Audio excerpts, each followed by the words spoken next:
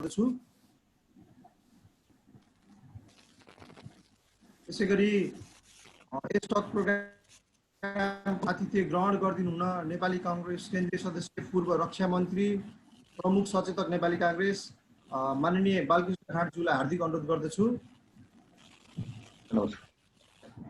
यसैगरी आजको प्यानलिस्टहरुमा डाक्टर नम बुढाथोकी सर हुनुहुन्छ। उहाँ काठमाडौँ लिभिङ ल्याबका एक्जिक्युटिभ चेयरम्यान हुनुहुन्छ। उहाँलाई पनि म स्वागत गर्न चाहन्छु। यसैगरी प्यानलिस्टमा डाक्टर राजीव सुब्बा हुनुहुन्छ। उहाँ आईसीटी एक्सपर्ट हुनुहुन्छ। उहाँलाई पनि म स्वागत गर्न चाहन्छु। यसैगरी आनन्दराज खनाल सर पनि हुनुहुन्छ। उहाँ नेपाल टेलिकम्युनिकेसन अथोरिटीको सिनियर डाइरेक्टर हुनुहुन्छ। उहाँलाई पनि म स्वागत गर्न चाहन्छु। धन्यवाद। यसैगरी सिडेनका केन्द्रीय उपाध्यक्ष इन्जिनियर लक्ष्मण केसी तथा यस कार्यक्रमका मोडरेटरलाई पनि म स्वागत गर्न चाहन्छु। उहाँ लक्ष्मण केसी ज्यू यस कार्यक्रमका मोडरेटर पनि रहनु भएको छ। यसैगरी सिडेनका केन्द्रीय महासचिव इन्जिनियर विनोद प्रकाश पण्डितज्यूलाई पनि म स्वागत गर्न चाहन्छु। नमस्कार। यसैगरी एटेन्डिन्समा हामीसँग सिडेनका केन्द्रीय समितिका साथीहरू, प्रदेश समितिका साथीहरू, एनईए का केन्द्रीय समितिका साथीहरू, पूर्व एनईए का केन्द्रीय समितिका साथीहरू पनि आइसक्नु भएको छ। म सम्पूर्णलाई र पार्टिसिपेन्ट सम्पूर्णलाई म यो प्लेटफर्ममा हार्दिक स्वागत गर्न चाहन्छु र ढिला नगरिकन कार्यक्रमलाई अगाडि बढाउने अनुमति चाहन्छु। अध्यक्षज्यू अनुमति चाहियो। हुन्छ कन्टिन्यू। र यो वेलकम रिमार्क्सको लागि हाम्रो सिडेनका महासचिव इन्जिनियर विनोद प्रकाश पण्डितज्यूलाई अनुरोध गर्दछु। धन्यवाद सञ्जय। आजको यो टक प्रोग्रामका अध्यक्षज्यू, सिडेनका केन्द्रीय अध्यक्ष आदरणीय शङ्कर दाई र आजको यस कार्यक्रममा अतिथिको रूपमा पाल्नुभएका नेपाली कांग्रेसका केन्द्रीय सदस्य पूर्व रक्षा मन्त्री आदरणीय बालकृष्ण खाँड दाई, हाम्रो प्यानलिस्टको रूपमा रहनुभएका आदरणीय राजीव सुब्बा सर, आनन्दराज खनाल सर, केएलएल का एक्जिक्युटिभ चेयरम्यान डाक्टर नम बुढाथोकी सर, सिडेनका उपाध्यक्ष लक्ष्मण केसीज्यू र यो आजको टक प्रोग्राममा प्यानलिस्ट रूपमा पाल्नुभएका र एनआरएनका तर्फबाट रहनुभएका सरहरू र एटेन्डीको रूपमा आउनुभएका सिडेन केन्द्रीय समितिका सदस्य ज्यूहरू, सिडेन प्रादेशिक कमिटीका सभापति ज्यूहरू लगायत पदाधिकारी सदस्य ज्यूहरू, एनईए का चाहिँ पदाधिकारी ज्यूहरू सबैलाई यस कार्यक्रममा स्वागत गर्न चाहन्छु। आजको हाम्रो यो कार्यक्रम मैले छोटो स्पिचमा भन्नुपर्दा आजको हाम्रो यो कार्यक्रम चाहिँ डिजिटलाइजेसन जुन अहिले हाम्रो यो कोरोनाले गर्दाखेरि यो एपिडेमिकले नेपालको अवस्था विश्वकै अवस्थामा धेरै स्ट्रक्चर चेन्ज हुँदैछ। त्यसमा चाहिँ अब यो डिजिटल दुनियाँमा यो आईसीटी एस्पेक्टमा चाहिँ हामी के गर्दैछौँ, ग्लोबल पर्सपेक्टिभदेखि लिएर हामी कहाँ कस्तो स्थिति हुन्छ यो बारेमा मलाई जहाँसम्म लाग्छ यो बारेमा हामी डिस्कस गर्नेछौँ। यसमा चाहिँ महत्त्वपूर्ण योगदान राखिदिनु हुनेछ, आफ्नो विचारहरू राखिदिनु हुनेछ। कार्यपत्र डाक्टर नम सरले राख्नुहुनेछ र प्यानलिस्ट ग्रुपमा सरहरू हुनुहुन्छ र सबैजनालाई आजको एटेन्डी प्यानलिस्ट सबैजनालाई यो कार्यक्रममा यो ड्युरेसनमा क्वेसनहरू केही छ भने राखेर र कार्यक्रममा चाहिँ एकदमै उपस्थिति जनाइदिनु भएकोमा फेरि पनि सबैलाई धन्यवाद दिँदै कार्यक्रम सुरु गर्न सबैलाई एकदमै न्यानो स्वागत गर्न चाहन्छु। जय नेपाल। धन्यवाद। धन्यवाद सिडेनका महासचिव इन्जिनियर विनोद प्रकाश पण्डितज्यू। अब म कार्यक्रमलाई अगाडि बढाउँदै यस कार्यक्रमका मोडरेटरलाई यो फ्लोर चाहन्छु। इन्जिनियर लक्ष्मण केसीज्यू। धन्यवाद इन्जिनियर सञ्जय पाण्डे तथा सिडेनका केन्द्रीय कोषाध्यक्षज्यू, उहाँ यस प्रोग्रामको कोअर्डिनेटर पनि हुनुहुन्छ। आजको टाइटल छ हाम्रो यो दोस्रो टक सिरिज हो। यसको टाइटल छ future of digitisation bridging the digital divide र यसमा म यहाँहरू सबैलाई म व्यक्तिगत रूपमा पनि पुनः स्वागत गर्न चाहन्छु र यहाँहरू सबैलाई नमस्कार पनि गर्न चाहन्छु। नमस्कार।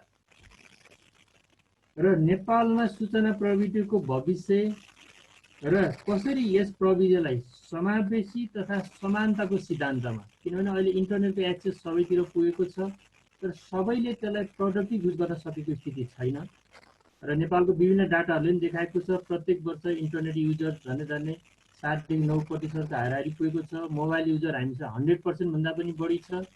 तर त्यो युज कसरी भइराखेको छ, त्यसलाई हामीले प्रोडक्टिभ रूपमा युज गर्न सकिराखेका छ कि छैनौँ, त्यो विषयमा आजको विषयवस्तुको अलिकति विस्तृत छलफल हुन गइरहेको छ।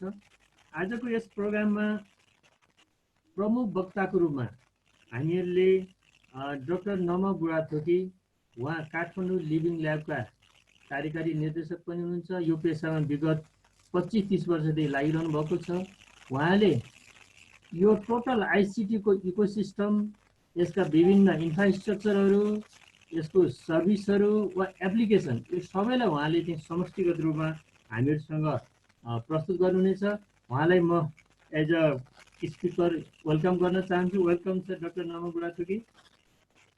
त्यसै गरी हामीसँग दोस्रो वक्ताको रूपमा हुनुहुन्छ डाक्टर राजीव सुब्बा। उहाँ पनि विगत 2-3 दशकदेखि यही विषयमा काम गरिरहनु भएको छ र उहाँ नेपाल सरकारको चाहिँ विशिष्ट श्रेणीमा पनि हुनुहुन्छ। उहाँलाई पनि म यस प्रोग्राममा स्वागत गर्न चाहन्छु। र उहाँले चाहिँ यो आइसिटीको ग्लोबल पर्सपेक्टिभ र त्यहाँबाट हामीहरूले के कुराहरू सिक्न सक्छौँ नेपालको परिप्रेक्ष्यमा, त्यो विषयमा चाहिँ उहाँले आफ्नो प्रस्तुति गर्नुहुनेछ। त्यसै गरी हामीसँग तेस्रो वक्ताको रूपमा हुनुहुन्छ इन्जिनियर आनन्दराज खनाल। उहाँ नेपाल टेलिकम अथोरिटीमा डाइरेक्टरको रूपमा कार्यरत हुनुहुन्छ र उहाँले चाहिँ समष्टिगत रूपमा नेपाल सरकारको प्लान, पोलिसी, प्रोग्राम र कार्यदिशाहरूको बारेमा डिटेल बताउनुहुनेछ। र पर्टिकुलरली भन्ने हो भने यो कोभिड-19 पछि जसरी हाम्रो सबै सेक्टरहरू चाहिँ डिजिटाइजेसन गइरहेको छ र इभन नेपाल सरकारले पनि डिजिटल फ्रेमवर्क भर्खरै निकालेको छ। त्यसमा थुप्रै एरियाहरू समावेश गरेको छ।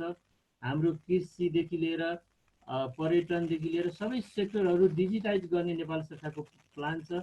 त्यसमा यहाँले चाहिँ डिटेल आफ्नो प्रस्तुति गर्नुहुनेछ। त्यसै गरी आज हामीसँग प्रमुख अतिथि तथा नेपाली काङ्ग्रेसका केन्द्रीय सदस्य, प्रमुख प्रतिपक्ष दलका चाहिँ पार्टी व्हिप हुनुहुन्छ बालकृष्ण दाइ हुनुहुन्छ।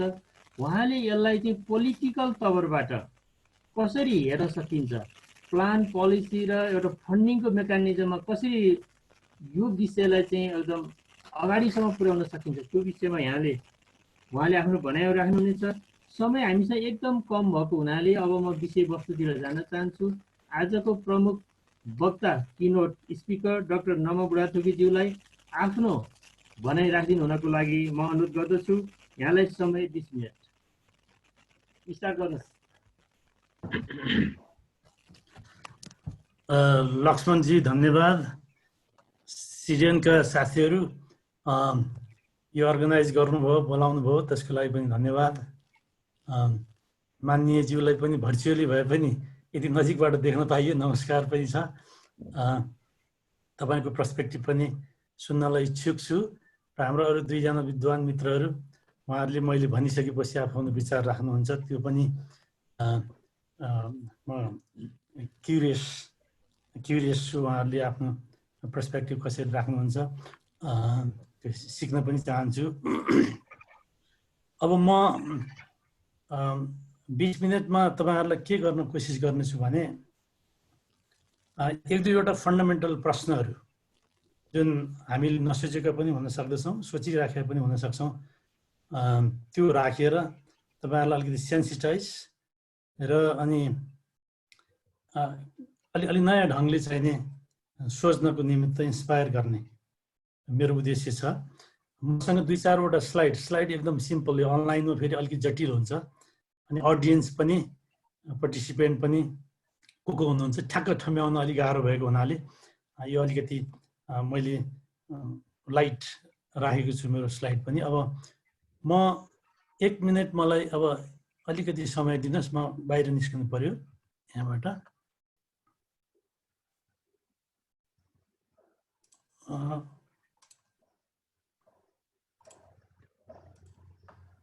अब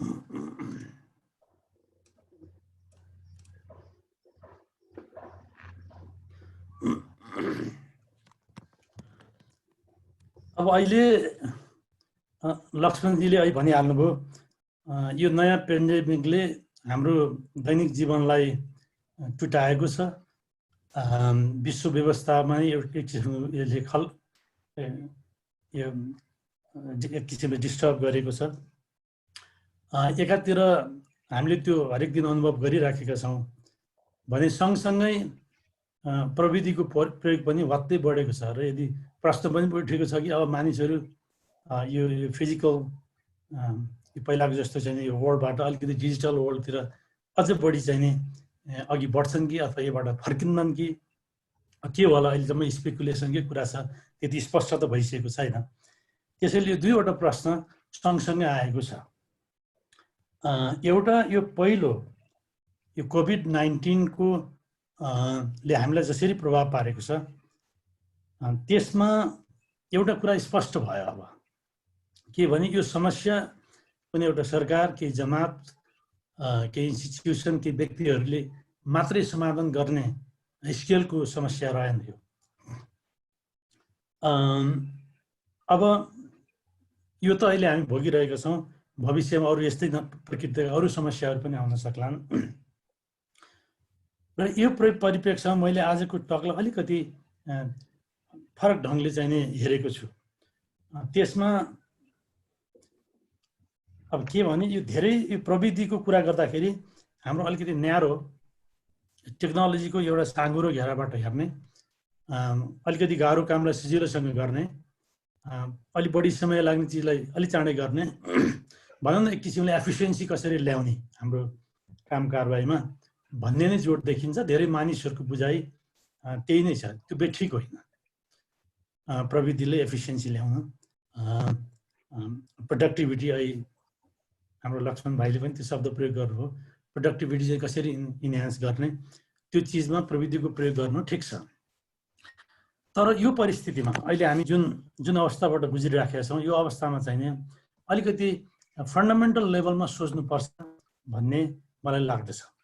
त्यसैले एफिसियन्सी ल्याउने होइन, छिटो मात्रै गर्ने मात्रै पनि होइन, एफिसियन्सी मात्रै ल्याउने पनि होइन, अलिकति ब्रडली चाहिँ टेक्नोलोजी के को लागि अब तपाईँहरूले जसरी यो विषयको आजको प्रोग्रामको चाहिँ विषय राख्नुभएको छ, द फ्युचर अफ डिजिटलाइजेसन, कस्तो फ्युचरको हामीले परिकल्पना गर्ने, के उद्देश्य प्राप्त गर्ने हामीले त्योबाट भन्ने चिजमा अलिकति घोत्लिनुपर्छ भन्ने मलाई लाग्दछ। यसमा अब यो कोभिडले पनि हामीलाई सिकाएको के भने हामी सबै नमिलिकन सामूहिक रूपमा काम नगरिकन, त्यसलाई अङ्ग्रेजीमा कलेक्टिभ एक्सन पनि हामी भन्छौँ, अनि यो पब्लिक गुड होइन, अब भनेको प्राइभेट गुडमा मात्रै प्रविधिको प्रयोग चाहिँ अहिले अमेरिकातिर पनि यसको अलिकति क्रिटिसिजम बढेको छ।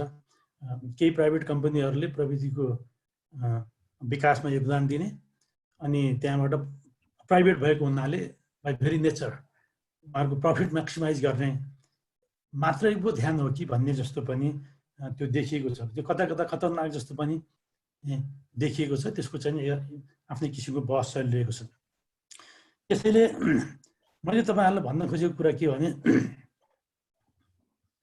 अहिले कोभिड हाम्रो अहिले म एकछिनपछि भनौँला 2015 को भुइँचालो र यस्तै अरू विभिन्न समस्याहरू, साना ठुला समस्याहरू, यी समस्याहरूलाई चाहिँ नि हामीले एक्लै गरेर नहुने, अहिले नै कुरा गरौँ न, मेरो आफ्नो बिहेभियरले मात्रै म सुरक्षित हुन नसक्ने, म घरमा बस्ने, मसँग पैसा पनि छ, घर पनि छ, सबै चिज होला, तर अरू मान्छेकोले उनीहरूको एक्सन के, उनीहरूले कसरी एक्ट गर्छन्, कसरी बिहेभ गर्छन्, कसरी चाहिँ समाजमा सहभागिता जनाउँछन् भन्ने कुराले पनि मेरो रिस्क मलाई चाहिँ ठुलो प्रभाव चाहिँ पर्ने त्यो कुरा स्पष्ट छ। अब यसमा मैले भन्न खोजेको कुरा के भने हामी सबै मानिसहरूलाई केही न केही कुरा थाहा छ, विभिन्न विषयमा हुनुहुन्छ उहाँहरू, विभिन्न भूगोलमा हुनुहुन्छ, विभिन्न ब्याकग्राउन्डबाट आउनुभएको छ, तर सबै थाहा पाउने कोही छैन, अलिअलि सबैलाई थाहा छ। 1997 मा चाहिँ नि यो पेरीले चाहिँ एउटा यो कलेक्टिभ इन्टेलिजेन्स भन्ने किताब लेख्नुभयो। यसमा यो चिज उहाँले भन्नुभयो, मलाई एकदमै घात लाग्यो। सानो जस्तो लाग्छ यो कुरा हामीले हेर्दाखेरि, no one knows everything, every one knows something, नयाँ के जस्तो लाग्छ। तर मलाई के लाग्दछ भने यो इज प्रोफाउन्डली इम्पोर्टेन्ट क्वेसन। यो उहाँको स्टेटमेन्ट छ नि, यसले कस्तो समाजको परिकल्पना हामीले गर्ने।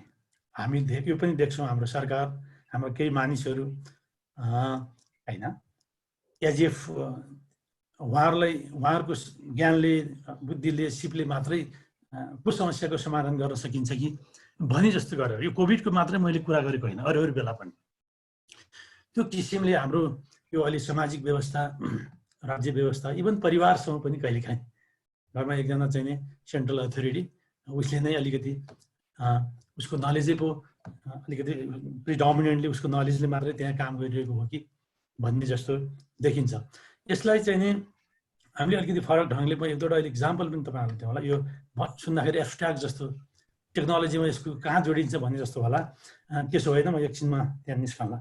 तर यो चिजमा हामीले अलिकति विश्वास बढाउनु पर्ने र अहिले पछि मान्यज्यूबाट पनि केही सुन्न पनि सकिएला। यसमा हाम्रो पोलिसी फ्रेमवर्क पनि छ नि, यसलाई इन्करेज गर्ने किसिमले होइन, यसमा हाम्रो विश्वास बढ्यो भने त्यही किसिमले हामी पोलिसी फ्रेमवर्कहरूमा काम गर्नु पर्यो, एजुकेसन त्यही किसिमले दिनु पर्यो, त्यो दिशामा काम गर्नुपर्ने हो कि भन्ने मलाई चाहिँ कता कता लागेको छ। यही कोभिडकै कुरा गर्दाखेरि पनि मैले न्युज पेपरमा, अब टेलिभिजनमा सुन्थेँ, मानिसहरू इन्डियाबाट आए, मानिसहरू नेपाल बाहिरबाट आए, ती मानिस कहाँ गए, के गरिरहेछन्, कसलाई भेटे, यी प्रश्नहरू हामीले त्यहाँ खोजेको इन्फर्मेसन, ती मानिसहरूको बारेमा इन्फर्मेसन, ती मानिस को हुन्, ती कहाँबाट आए, ती कहाँ कहाँ बसे, कसलाई कसलाई भेटे, अहिले कहाँ छन्, के गरिरहेका छन्, यो सूचना, यो इन्फर्मेसन हामीले यो ट्र्याकिङ भनौँ, ट्रेसिङ भनौँ, यो खुब सुनिन्छ। अब यसमा पनि हामीले के गरिराखेका छौँ भने कहिलेकाहीँ यहाँ सेन्ट्रल गभर्मेन्टबाट, फेडरल गभर्मेन्टबाट मानिसहरू पठाइराखेका छौँ, खोजिराखेका छौँ। मलाई लाग्छ यो कुरा त सजिलो छ। यो गाउँमा, म गाउँको मानिस हुँ, त्यहाँ गाउँमा त यो मानिस को आयो भन्ने कुरा, यो नलेज त्यहाँ गाउँको मान्छेलाई इमिडिएटली चाहिँ थाहा हुन्छ। त्यहाँ माथि हाम्रो लोकल गभर्मेन्ट छ। अब यहाँनिर प्रविधिको प्रयोग हामीले कसरी गर्न सक्छौँ? मानिस त्यहाँ छन्, नलेज त्यहाँ छ, इन्फर्मेसन त्यहाँ छ, प्रविधि पनि छ फेरि।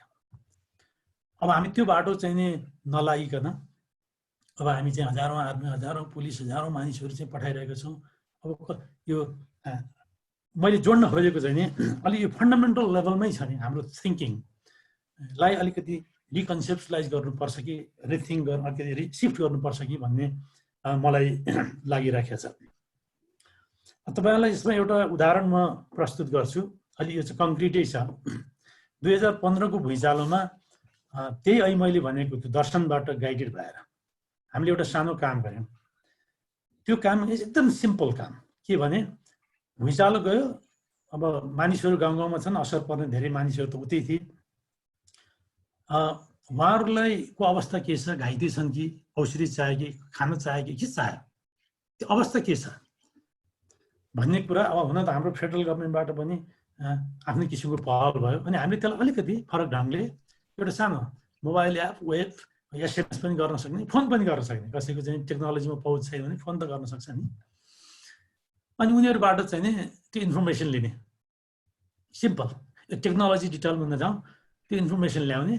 अनि उनीहरूले भन्ने, मलाई मेरो घरमा मान्छेको खुट्टा भाँचियो अथवा यस्तो भयो, चाँडै अस्पताल लानु पर्यो, औषधि छैन, खाना छैन, के समस्या हो, त्यो रिपोर्ट उहाँहरूले गर्ने।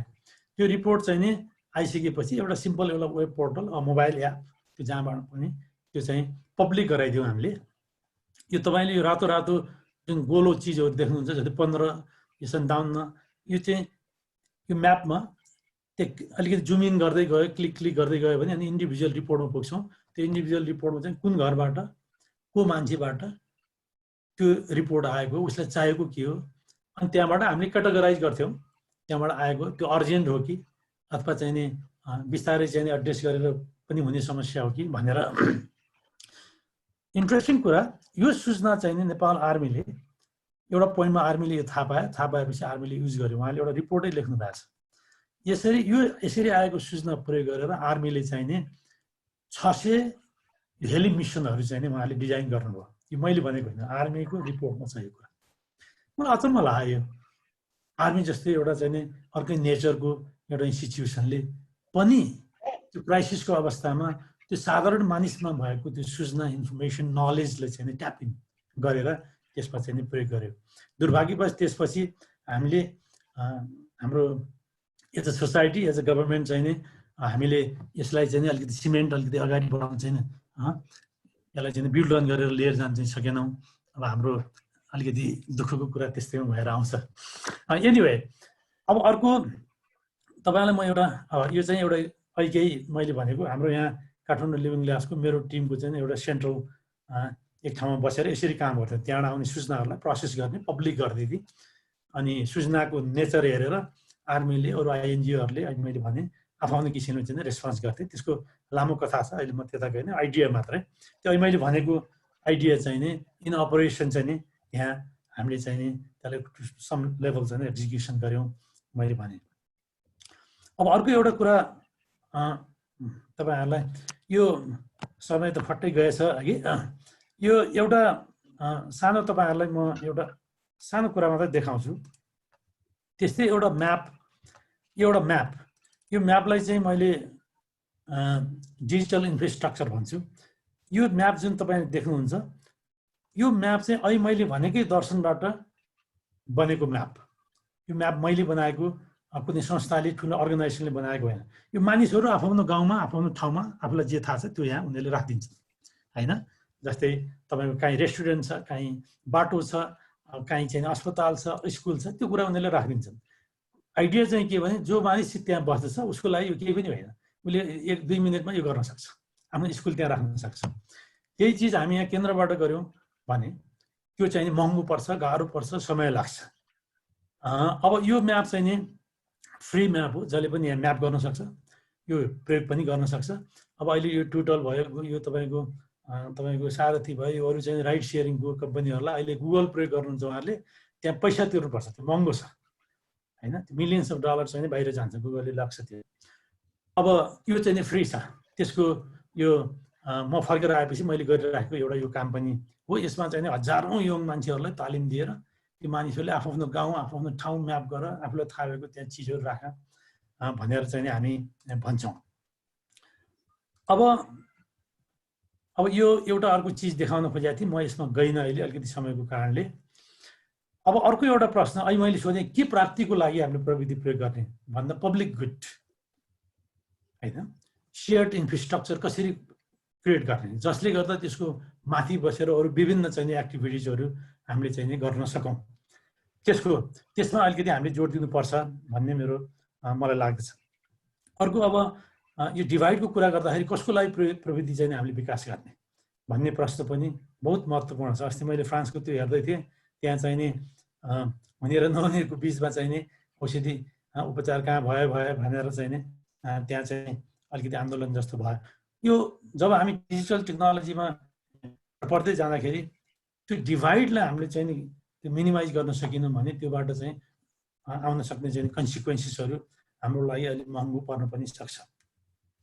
अब म अर्को यो यसरी यो पब्लिक गुडलाई, कलेक्टिभ एक्सनलाई प्रमोट गर्ने गरेर प्रविधिको प्रयोग गर्ने हो भने अप्रोच हामीले के प्रयोग, कुन अप्रोचबाट, कुन बाटोबाट त्यहाँ पुग्ने त भन्दाखेरि चाहिँ नि यो तपाईँहरू धेरै जस्तो यहाँ सिभिल इन्जिनियर हुनुहुन्छ, तपाईँहरूलाई यो नयाँ कुरा छैन। तपाईँहरूले सडक बनाउनुहुन्छ कि यो मैले किन भनेको भने त्यहाँबाट पनि डिजिटल यो फ्युचरको डिजिटलाइजेसनको कुरा गर्दाखेरि हामीले सिक्ने थुप्रै कुराहरू छ। हामीले सडक बनाउँदाखेरि सडक मात्रै बनाउँदैनौँ नि, यहाँ सडक सँगसँगै हामीले ट्राफिकको नियम बनाउँछौँ, अब अदालतको कुरा पनि यहाँ आउँछ, अनि अरू थुप्रै कुराहरू आउँछ नि, त्यहाँ रिपेयरको सेन्टरहरूको कुरा आउँछ। यो सबै चिजहरूलाई चाहिँ नि सोचिकन एउटा इकोसिस्टम, एउटा होलिस्टिकली चाहिँ नि हामीले बनाएको इन्फ्रास्ट्रक्चरले मात्रै काम गर्दछ। त्यही लाइनमा यो डिसिप्लिन फरक भए पनि खास कहिलेकाहीँ के लाग्छ भने यो बुद्धि कुरा चाहिँ उस्तै हुन्छ। यो ब्रुनो भन्ने यो सोसियोलोजिस्ट अफ टेक्नोलोजी, प्रविधिको सोसियोलोजिस्ट, उहाँले धेरै लामो अध्ययन गरेर यो एउटा स्टेटमेन्ट दिनुभएको छ। उहाँले के भन्नुहुन्छ भने Boeing 747 don't fly, what flies is airlines भन्नुहुन्छ। हामीले हेर्दाखेरि कहिले आकाशमा यसो हेर्छौँ नि प्लेन उड्यो उड्यो जस्तो लाग्छ होइन, प्लेन आयो प्लेन गयो प्लेन उड्यो भन्छ। तर उहाँको भनाइकन त्यो प्लेन होइन, त्यो भित्र चाहिँ नि त्यो प्लेनको पछाडि अनेक कुरा छ। त्यहाँ ग्राउन्ड स्टाफ छ, त्यो मार्केटिङको मान्छेहरू छ, मेन्टेनेन्स इन्जिनियर छ, त्यहाँ अझै त्यहाँ सयौँ कुराहरू छ। त्यो सबै मिलेर मात्रै उडेको प्लेन छ नि होइन। त्यसैले त्यो एयरलाइन्स चाहिँ उडेको हो, त्यो प्लेन उडेको होइन भन्नुहुन्छ। यो मैले किन राखेको भने यसले नाइसली अब यो हामीले यो टेक्नोलोजीको फ्युचरको कुरा गर्दाखेरि यसले हामीलाई अर्कै ढङ्गले सोच्न चाहिँ नि प्रेरित गर्दछ। अब यसमा हाम्रो अहिले आनन्दजीले हाम्रो डाक्टर राजीवले चाहिँ नि आफ्नो पर्सपेक्टिभ यहाँ राख्नु होला। मलाई खड्केको 2-3वटा कुरा छ। यो मेरो अन्तिम स्लाइड पनि यो लक्ष्मण भाइ, टेक्नोलोजीमा मात्रै हामीले जोड गऱ्यौँ भने अलिकति इन्क्रिमेन्टल प्रोग्रेस त हामी गरौँला होइन, तर यो फन्डामेन्टल लेभलको ट्रान्सफर्मेसन चाहिँ नि सम्भव छैन। यसमा हामीले यो इन्फ्रास्ट्रक्चरको कुरा गर्छु मैले, त्यसमा पोलिसी पनि इन्फ्रास्ट्रक्चरै भन्छु मैले। पोलिसी इन्फ्रास्ट्रक्चर, हाम्रो ह्युमन इन्फ्रास्ट्रक्चर, हाम्रो चाहिँ नि यो सिक्ने सिकाउने तरिका होइन, यो सबै चिजहरूलाई चाहिँ नि हामीले ध्यान दिएर एउटा होलिस्टिकली कसरी चाहिँ नि यो टेक्नोलोजीको फ्युचर नेपालमा चाहिँ नि कसरी लिएर जाने भन्ने कुराको बहस म यो फिल्डमा चाहिँ नि 20-25 वर्ष लागिसकेको हुनाले त्यो किसिमको सोचै हामीसँग विकास भएको छैन। हाम्रो एउटा भइरहेको कुरालाई एउटा सफ्टवेयर बनाउने, अस्ति हाम्रो कोभिडमा पनि चाहिँ नि विभिन्न ठाउँमा प्रधानमन्त्री देवजीले लेखेर अब धेरै मन्त्रीहरूले पनि एप भन्नुहुन्थ्यो, म सुनिरहेको थिएँ। त्यो एपले मात्रै समस्याको समाधान गर्ने होइन, अलिकति त्यसले हेल्प गर्ला, तर त्यसलाई त्योसँग आउने अरू थुप्रै कुराहरूलाई मध्यनजर राखेर एउटा इकोसिस्टम कसरी सिर्जना हामी गर्न सक्दछौँ, त्यो गर्दा मात्रै हामीले सोचेको भविष्यको डिजिटलाइजेसन चाहिँ नि सार्थक रूप लिन्छ। अनि यो ग्याप पनि हामीले मिनिमाइज गर्न सक्छौँ। सिक्युरिटीको कुरा छ, नेसनल पोलिसीको कुराहरू छ, हाम्रो चाहिँ एकाडेमिक इन्स्टिट्युसनहरूको कुरा छ। पहिलो कुरा त हाम्रो चाहिँ ओरिएन्टेसनै छ नि होइन। पहिला यो आज मैले भनेको कुरामा विश्वास चाहिँ पहिला गर्नु पर्यो होइन। त्यो सानो कुरा भए पनि त्यो त्यसबाट अलिकति सिफ्ट हामीले लिन सक्यौँ भने एउटा छुट्टै किसिमको हाम्रो भविष्यको चाहिँ सुरुवात हुन्छ भन्ने मलाई लाग्छ। मैले 1-2 मिनट समय बढी लिएँ कि जस्तो, 2-4 मिनट बढी लिएँ कि जस्तो लाग्यो लक्ष्मण भाइ। म अहिले यहाँ रोक्छु, पछि साथीहरूको केही प्रश्नहरू भयो भने पछि फेरि म त्यसमा चाहिँ फर्कनेछु। हुन्छ, धन्यवाद डाक्टर नम बुढाथोकी। उहाँले टेक्नोलोजी के को लागि र डिजिटल डिभाइड कसरी गर्न सकिन्छ, किनभने उहाँले बाहिरको जर्मनको लगायत अन्य ठाउँको पनि इक्जाम्पल दिनुभयो। हामीमा साँच्चै टेक्नोलोजी भएर मात्रै भएन कि त्यो चाहिँ इक्विटेबल, समाजको सबै लेभलका मान्छेहरूले चाहिँ इक्वली पाउन सक्यो, युज गर्न सक्यो भने मात्रै त्यसले चाहिँ फाइदा पुऱ्याउँछ भनेर आफ्नो कुरा राख्नुभयो। त्यसपछि म अब सिधै हाम्रो दोस्रो वक्ता डाक्टर राजीव सुब्बाज्यूलाई आफ्नो भनाइ राख्न अनुरोध गर्दछु। उहाँले बेसिकल्ली यो डिजिटल टेक्नोलोजीको केही इन्टरनेसनल पर्सपेक्टिभहरू जुन नेपालको लागि अत्यन्त उपयोगी र तुरुन्तै हाम्रो जस्तो कन्टेक्स्टमा युज गर्न सकिन्छ। पार्टिकुलरली अझै भन्ने हो भने हाम्रो अहिले चाहिँ कोभिड-19 पछि थुप्रै सेक्टरहरू, एजुकेसन, हेल्थदेखि सबैतिर टेलिमेडिसिन आदि इत्यादिमा गइराखेको स्थिति छ। यसमा उहाँलाई चाहिँ आफ्नो भनाइ राखिदिनु हुन म अनुरोध गर्दछु। यहाँलाई समय 15 minute. Doctor Subba, you can start now. धन्यवाद लक्ष्मणजी। यो अवसरको लागि म सिडिएनलाई धन्यवाद दिन चाहन्छु। अघि सुरुमा मेरो परिचयमा एउटा सानो परिमार्जन गर्नुपर्ने देख्छु। म नेपाल सरकारको विशिष्ट श्रेणीको कर्मचारी होइन, डिआइजी पद भनेको फर्स्ट क्लास मात्रै हो र त्यो पनि मैले राजीनामा दिएर म निस्किसकेको अवस्था छ। राजीनामा मलाई लाग्छ अब आउने 1 महिनाभित्र स्वीकृत हुन्छ। म विषय प्रवेश गर्न चाहेँ। नमजीलाई धेरै धेरै धन्यवाद। उहाँले 2टा मेजर लिट्रेचर ल्याउनु हो जुन चाहिँ मलाई लाग्छ बडो सान्दर्भिक छ यो कन्टेक्स्टमा। कलेक्टिभ इन्टेलिजेन्स र लातुरको सोसियो टेक्नोलोजिकल पर्सपेक्टिभ, टेक्नोलोजीलाई र त्यसका विकासका क्रमहरूलाई हामीले सोसियो टेक्नोलोजिकलबाट हेर्नुपर्छ र भन्ने चाहिँ बडो चाहिँ एउटा डिस्कोर्स एकदम स्ट्रङ डिस्कोर्स छ जुन मलाई लाग्छ नेपालमा हामी धेरै टेक्नोलोजिस्टहरूले यो कुरालाई बुझेका छैनौँ। यसै सन्दर्भमा म के भन्न चाहन्छु भने नेपाललाई डिजिटलाइजेसन गर्ने सन्दर्भमा पहिला त हामीले के बुझ्नु पर्यो, हुन त अब आनन्दजीले पनि त्यसलाई अलिकति थप गर्नु होला, खास गरिकन हाम्रो डिजिटल इन्डेक्सको लेभल के छ भन्ने पनि हामीले बुझ्नुपर्छ। अहिलेसम्मको 20-25 वर्षको नेपालको लगानी, करिब 30 वर्षको भन्नुहोस्, सञ्चार बाहेकको लगानी, आइसिटी सेक्टरको लगानीमा हामी त्यति माथि छैनौँ। तल्लो लेभलमै अन्तिम 10-15 भित्र हाम्रो छ भने अब सिङ्गापुर जस्ता, न्युजिल्यान्ड जस्ता, एसिया पेसिफिकको कुरा गरेँ मैले, अस्ट्रेलिया कन्ट्रीहरू माथिल्लो लेभलमा छन् भने खास गरिकन स्क्यान्डिनेभियाका कन्ट्रीहरू, नर्डिक कन्ट्रीहरू चाहिँ फिनल्यान्ड भयो, स्विडेन भयो, डेनमार्क भयो चाहिँ उनीहरू चाहिँ एकदम टप लेभलको डिजिटल इन्डेक्सको ऱ्याङ्किङमा माथि रहेको अवस्था छ। अब त्यो लगानीका कुराहरू छन्, त्यसमा पोलिटिकल कमिटमेन्टका कुराहरू पनि छन्। पोलिटिकल कमिटमेन्टले कसरी चेन्ज गराउँछ भन्ने कुरा हामीले चाहिँ इस्टोनियाको हकमा हामीले हेर्न सक्छौँ। खास गरिकन इस्टोनिया यो 1991 पछि र 96मा जुन किसिमको इस्टोनियामा परिवर्तन आयो, पोलिटिकल विल र पोलिटिकल कमिटमेन्टले चाहिँ इस्टोनियालाई जुन किसिमले एउटा डिजिटाइजेसन प्रोसेसमा लग्यो, अहिले इस्टोनियाको 99% government services are all online. त्यहाँ 3टा कुरा मात्रै तपाईले फिजिकली राज्यसँग गएर लिनुहुन्छ सुविधा, सिभिल सर्भेन्टसँग सुविधा लिने भनेको 3टा कुरा मात्रै छ। एउटा बिहा गर्दा, अर्को डिभोर्स गर्दा र तेस्रो तपाईको चाहिँ रियल इस्टेट खरिद बिक्री गर्दा। यो 3टा कुराको लागि मात्र तपाईँ सिभिल सर्भेन्टसँग इन्टरेक्सन गर्नुपर्छ, होइन भने अरू राज्यसँग लिने जति पनि सुविधाहरू छन् ती सबै सुविधाहरू अहिले डिजिटल टेक्नोलोजी प्रयोगबाट भइरहेको अवस्था छ। अब प्रश्न के छ भन्ने हो भने इस्टोनियाले यो कसरी गर्यो त? एउटा त्यो कम्युनिस्ट कन्ट्री, त्यो पनि रसियाको डोमिनियनमा बसेको, धेरै वर्ष पनि भएको छैन। नेपालको आइसिटीमा प्रवेश र इस्टोनियाको आइसिटी प्रवेश लगभग समान समयको देखिन्छ। अझ नेपाल त्योभन्दा अगाडि नै डिजिटल प्रोसेसमा गइसकेको भन्ने बुझाइराख्न सकिन्छ भने आज इस्टोनियाले एउटा चाहिँ धमाका गरेको छ। संसारमै इस्टोनियाको डिजिटलाइजेसन प्रोजेक्टलाई एउटा चाहिँ बेस्ट प्र्याक्टिसेस मानिन्छ भने त्यो कसरी सम्भव भयो भन्दाखेरि अघि नमजीले जुन भन्नुभयो, डाक्टर नमले उठाउनु भएको कुरा कलेक्टिभ इन्टेलिजेन्स। त्यहाँ अचम्म लाग्ला, आइसिटी भनेर त्यो डेभलपमेन्ट हेर्ने त्यस्तो कुनै मन्त्रालय डिपार्टमेन्ट कोही पनि छैन। सबैजनाले आफ्नो जिम्मेवारी वहन गर्छन्। पोलिटिकल कमिटमेन्ट चाहिँ एकदम स्ट्रङ छ। इस्टोनियालाई हामी फुल्ली डिजिटल बनाउँछौँ भन्ने कमिटमेन्ट एकदम स्ट्रङ छ र त्यही अनुसार सबैले कलेक्टिभली इन्टेलिजेन्सली उनीहरूले काम गरेको देखिन्छ। एउटा। दोस्रो प्रश्न भनेको ट्रस्ट, गभर्मेन्ट प्रतिको ट्रस्ट इस्टोनियामा धेरै स्ट्रङ रहेछ, जुन हाम्रो नेपालमा बनाउन अझै केही समय लाग्ला।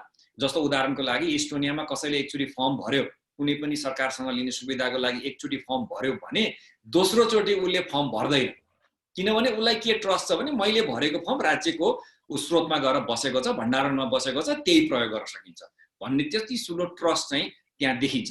जसले गर्दाखेरि इस्टोनियन गभर्मेन्टले आइसिटी इनिसिएटिभलाई लिएका प्रोग्रामहरूमा जुन किसिमको एउटा सोचाइ छ, त्यो सोचाइ के चाहिँ छ त भन्नु होला भने यो चाहिँ नर्डिक कल्चर, नर्डिक कन्ट्रिजहरूको, स्क्यान्डिनेभियन कन्ट्रिजहरूले डेभलपमेन्टलाई डिजाइन थिङ्किङबाट लिएको देखिन्छ। त्यो डिजाइन थिङ्किङको कारणले के छ भने त्यो इटरेटिभ मेथड हुन्छ, युजरको पार्टिसिपेसन हुन्छ र त्यसलाई चाहिँ इटरेटिभमा गइसकेपछि प्रोटोटाइप डेभलप गर्दै गयो, त्यसलाई परिमार्जन गर्दै गएर एउटा लङ टर्ममा लर्निङ आउँछ जसले त्यो फेरि त्यसलाई अगाडि लान सहयोग गर्छ र सबैको पार्टिसिपेसन भएको हुनाले त्यसको इफेक्टिभनेस चाहिँ बढी देखिन्छ। यो कारणले गर्दा पब्लिक सर्भिसेसहरू इस्टोनियामा चाहिँ 99% छ। अब यहाँनिर लिगल फ्रेमवर्कका कुरा गर्दा के रहेछ भन्नुला भने ह्युमन राइट, इन्टरनेटलाई इस्टोनियाले इन्टरनेट एक्सेसलाई ह्युमन राइट भनेर डिक्लेयर गरेको छ 2000 मा। जस्तो नेपालमा शिक्षा एउटा चाहिँ हाम्रो मौलिक अधिकार हो भने जस्तै इन्टरनेट एक्सेस इस्टोनियामा मौलिक अधिकारभित्र पर्दो रहेछ। त्यस कारणले सरकारले, राज्यले निर्दिष्ट गर्ने कुराहरूमा इन्टरनेट सेवा तथा सुविधा कम्पलसरी गर्नुपर्ने, उनीहरूलाई चाहिँ त्यो एउटा चाहिँ फ्रेमवर्कभित्र बस्नुपर्ने छ। अब यस्तै इक्जाम्पलहरू इस्टोनिया मात्र होइन, कोस्टारिका एउटा अर्को इक्जाम्पल छ जुन हामीले 20-25 वर्ष अगाडिदेखि देखिरहेका छौँ। कसरी चाहिँ कोस्टारिका डिजिटलाइज हुँदै गयो, कसरी कोस्टारिका चाहिँ खास गरिकन आइसिटी सेक्टरमा एकदमसित म्यासिभली चाहिँ आउटसोर्स गर्यो इन्टेलले, त्यो कर्णाली कसरी अगाडि बढ्दै गयो। त्यसै गरिकन डेनमार्क नर्डिक कन्ट्रीहरूका पनि यही कुराहरू छन् र केही हदसम्म एसियामा आउने र एसिया पेसिफिकमा आउने हो भने पनि नेपालमा पनि केही गुड प्र्याक्टिसेसहरू छन् र त्यसै गरिकन इन्डियामा गुड प्र्याक्टिसेसहरू छन्। जस्तो नेपालकै कन्टेक्स्टमा कुरा गर्नुहुन्छ भने इमिग्रेसन डिपार्टमेन्टको चाहिँ यो इन्फर्मेसन सिस्टम, त्यसपछि आएर डिपार्टमेन्ट अफ पासपोर्टको इन्फर्मेसन सिस्टमहरू अहिले हामीले केही बेस्ट प्र्याक्टिसेसहरू गभर्नेन्सका कुराहरूमा यी गभर्नेन्सका कन्टेक्स्टहरूमा चाहिँ हामी भन्न सक्ने अवस्था हामीसित छ। त्यस हुनाले एउटा डिजाइन थिङ्किङ रहेछ। अर्को इकोसिस्टम जुन अघि उहाँले डाक्टर नमले उठाउनु भयो, खालि टेक्नोलोजी पर्सपेक्टमा मात्र हेरेर हुन्न रहेछ भन्ने कुरा त हामीले बुझिसक्यौँ। अब त्यो टेक्नोलोजी ल्यायौँ, मानौ कनेक्टिभिटी दियौँ, ब्रोडब्यान्ड दियौँ, इकोसिस्टम त चाहियो नि त। त्यसका लागि कन्टेन्ट चाहियो, अडप्सनका कुराहरू हुनु पर्यो, युजरलाई त्यो स्किल दिनु पर्यो, त्यो मेन्टेन सस्टेन गर्नलाई पनि चाहिँ स्किलहरूको आवश्यकता पर्दछ भनेपछि यसलाई एट लार्ज चाहिँ हेर्नु पर्यो भनेर इस्टोनियाले के गरेछ भने दुईटा मेजर फ्याक्टर सुरुमा गरेको देखिन्छ। एउटा एक्सबक्स भनेर उनीहरूले इन्टरअपरेबिलिटी इन्फ्रास्ट्रक्चरमा म्यासिभली इन्भेस्टमेन्ट गरेको देखिन्छ एउटा चाहिँ।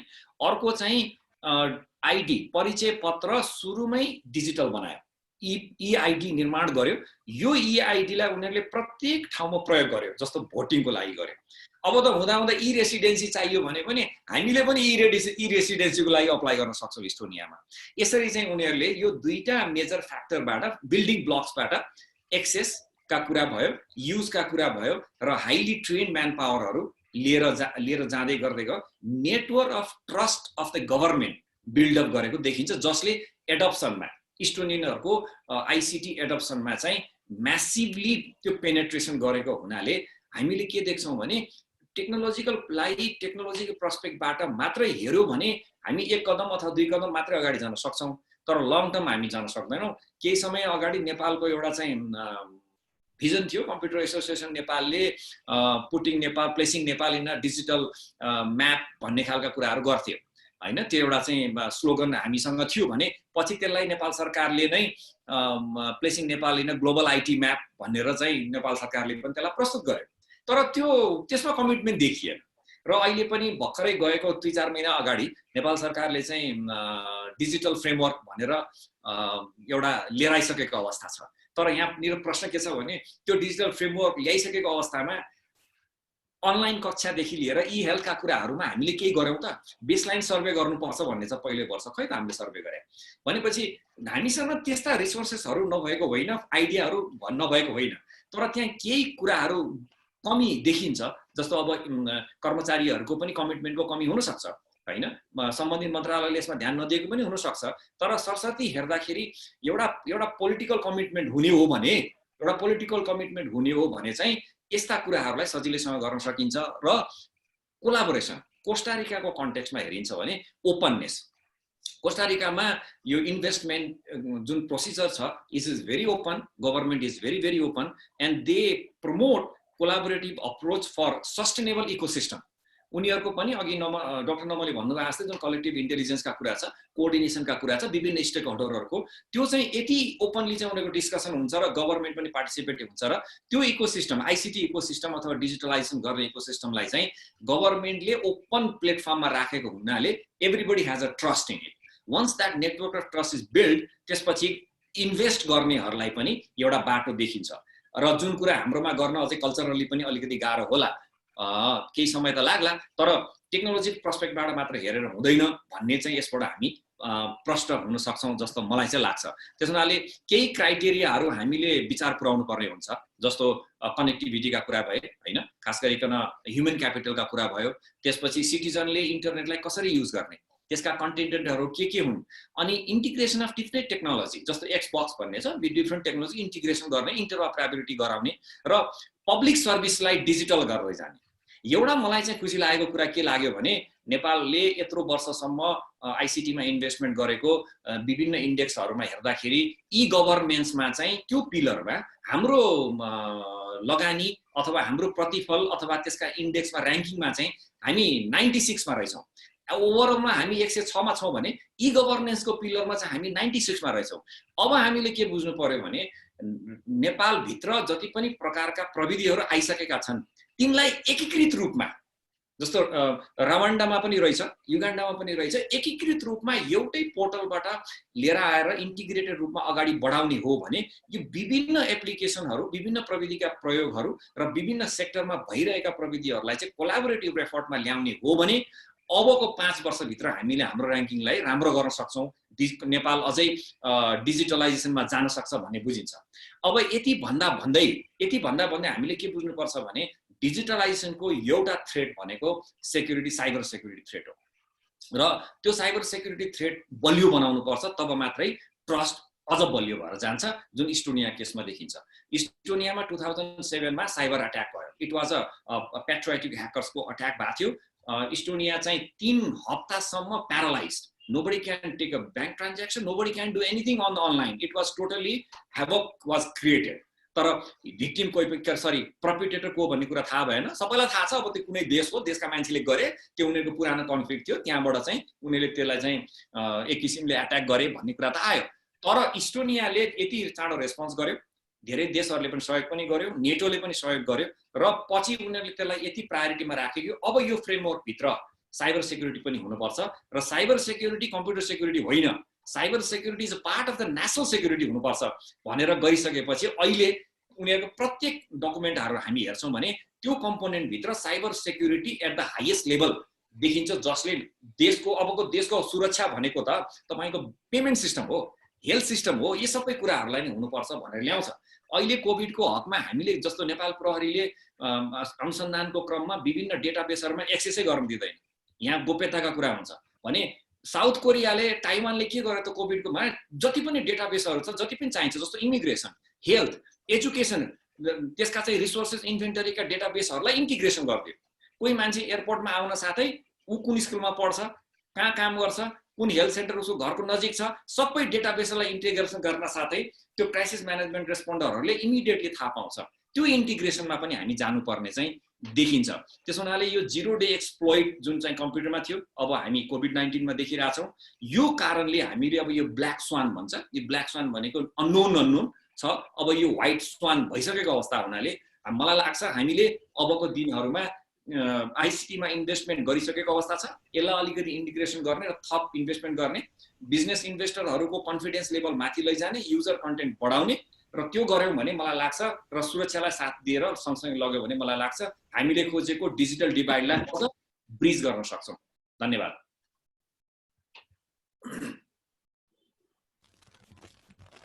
धन्यवाद डाक्टर सुब्बा, तपाईँले एकदम टाइममा सघाउनु र वास्तवमा उहाँले राम्रो 2-3वटा मेजर कुराहरू उहाँले चाहिँ जुन इस्टोनिया र कोस्टारिकाको जुन इक्जाम्पल दिनुभयो एकदम एमेजिङ, जहाँ 99% गभर्मेन्टका सर्भिसहरू चाहिँ अनलाइन भनेको चाहिँ अत्यन्तै सक्सेस स्टोरी हो। सँगै उहाँले अरू देशका पनि इक्जाम्पल दिनुभयो र सँगै उहाँले महत्त्वपूर्ण कुरा चाहिँ साइबर सेक्युरिटी चाहिँ नेसनल सेक्युरिटीसँग जोड्नुपर्छ। मलाई लाग्छ हाम्रो कन्टेक्समा पनि यो अत्यन्तै उपयुक्त छ। र त्यसपछि म अब सिधै हाम्रो तेस्रो वक्ता इन्जिनियर आनन्दराज खनालज्यूलाई अहिले डाक्टर नम बुढाथोकी उहाँले जुन चाहिँ ओभरअल एउटा यो डिजिटाइजेसनको चाहिँ एउटा इकोसिस्टमको बारेमा दिनुभयो, त्यसै गरी डाक्टर सुब्बा जसले इन्टरनेसनल प्र्याक्टिसेसहरू दिनुभयो र यो सबैलाई हेरेर गभर्मेन्ट अफ नेपालले अब यो पार्टिकुलरली कोभिड-19 पछि हाम्रा जति पनि सर्भिसहरू छन् वा चाहिँ गभर्मेन्ट अफ नेपालले बनाएको नेसनल डिजिटल फ्रेमवर्कलाई कसरी अगाडि बढाउन सकिन्छ, यसको इन्स्टिट्युसनल, लिगल, यसका चाहिँ इन्फ्रास्ट्रक्चरहरू, एप्लिकेसनका कुराहरू, यसमा समष्टिगत रूपमा चाहिँ नेसनल ओभरभ्यू राखिदिनु हुनको लागि म इन्जिनियर आनन्दराज खनालज्यूलाई अनुरोध गर्दछु। उहाँलाई समय 15 मिनट। धन्यवाद लक्ष्मणजी। अब यहाँ दुईटा प्रेजेन्टेसन आउँदाखेरि केही महत्त्वपूर्ण कुराहरू, एक किसिमको प्याराडाइम सिफ्ट गर्नुपर्ने कुराहरू आएको छ। Technology for what, technology for home and what should be the process जस्तो कुराहरू, प्लस अनि त्यसपछि हामीसँग भएको सबै डेटाबेसहरूलाई इन्टिग्रेट गर्ने, सेयर गर्ने, अनि पोलिटिकल कमिटमेन्ट र ट्रस्ट अन द गभर्मेन्ट एकदमै इम्पोर्टेन्ट कुरा हो र चाहिँ साइबर सेक्युरिटीलाई नेसनल सेक्युरिटीको रूपमा ग्रहण गर्नुपर्छ राज्यले भन्ने कुराहरू आयो।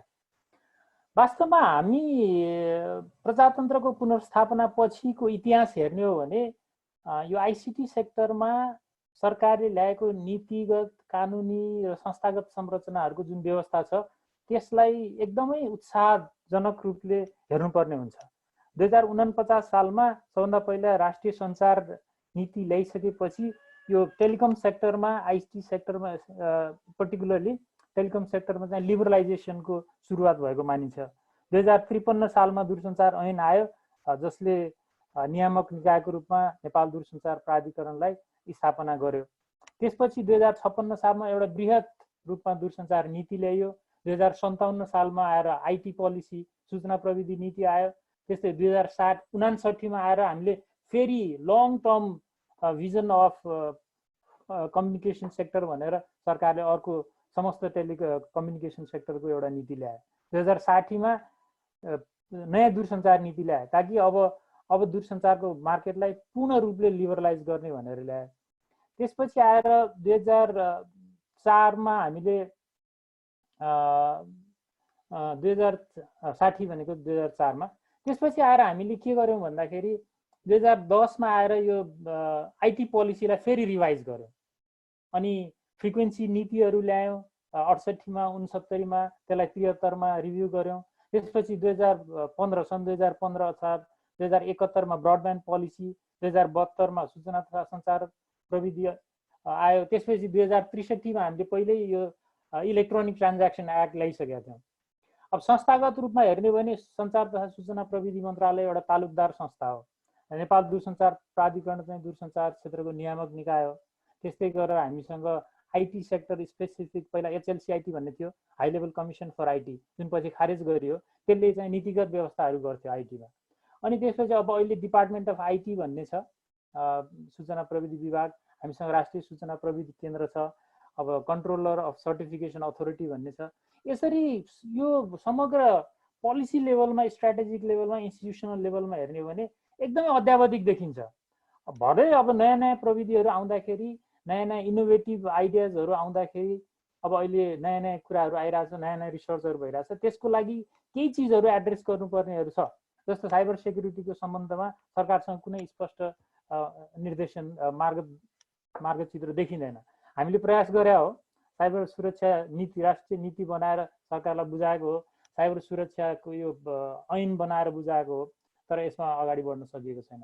त्यस्तै गरेर आपतकालीन साइबर सुरक्षा केन्द्र हुनुपर्छ, यो सर्ट भन्छ, कम्प्युटर इमर्जेन्सी रेस्पोन्स टिम। त्यसको पनि एउटा फ्रेमवर्क बनाएर पठाइएको हो, तर त्यसले पनि खासै उपस्थिति जनाउन सकेको छैन। अहिले विभिन्न साइबरका घटनाहरू, स्पेसल्ली डेटा ब्रिचका घटनाहरू घटिरहेछन्। अब फाइनेन्सियल सिस्टममा साइबर एट्याक भइरहेको छ। अब यसरी हेर्दाखेरि के बुझ्नुपर्छ भन्दाखेरि अघि डाक्टर राजीवले भनेको दुईटा कुरा, commitment from the government and trust on the government, दुईटा फन्डामेन्टल कुरा चाहिँ हाम्रो जहिले पनि ल्याक भएको देखिन्छ। प्रशासनले, कर्मचारी तन्त्रले ड्राइभ गर्ने हो कि राजनीतिज्ञले ड्राइभ गर्ने हो कुनै पनि सेक्टरलाई भन्ने कुरामा जहिले पनि समस्या देखिन्छ। भएका नीतिहरूको कार्यान्वयनमा समस्या छ, चुनौती छ। र यो जवाबदेहिता भन्ने कुरा चाहिँ हामीले अहिलेसम्म देखाएको छैनौँ। जस्तो हरेक नीतिहरूमा एउटा संयन्त्र बनाएको हुन्छ त्यो नीतिलाई चाहिँ रिभ्यू गर्नको लागि, तर त्यसको बैठक कहिले पनि बस्दैन। भनिसकेपछि अब त्यो नीति कार्यान्वयन भयो कि भएन कसले हेर्ने? यो कुराहरूमा चाहिँ अलिकति हामीले ध्यान दिनुपर्ने देखिन्छ। मैले 2000 यो लास्ट इलेक्सनमा सबै पार्टीहरूको घोषणापत्र हेरेँ।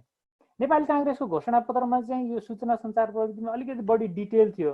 उसले अन्तर्राष्ट्रिय अभ्यासहरू, हामीले गरेको अन्तर्राष्ट्रिय क्षेत्रमा गरेको चाहिँ प्रतिबद्धताहरूदेखि लिएर अहिलेसम्म सरकारले ल्याएका नीतिगत कानुनी व्यवस्थाहरूको सफल कार्यान्वयनलाई सबभन्दा पहिला माथि राखेको थियो।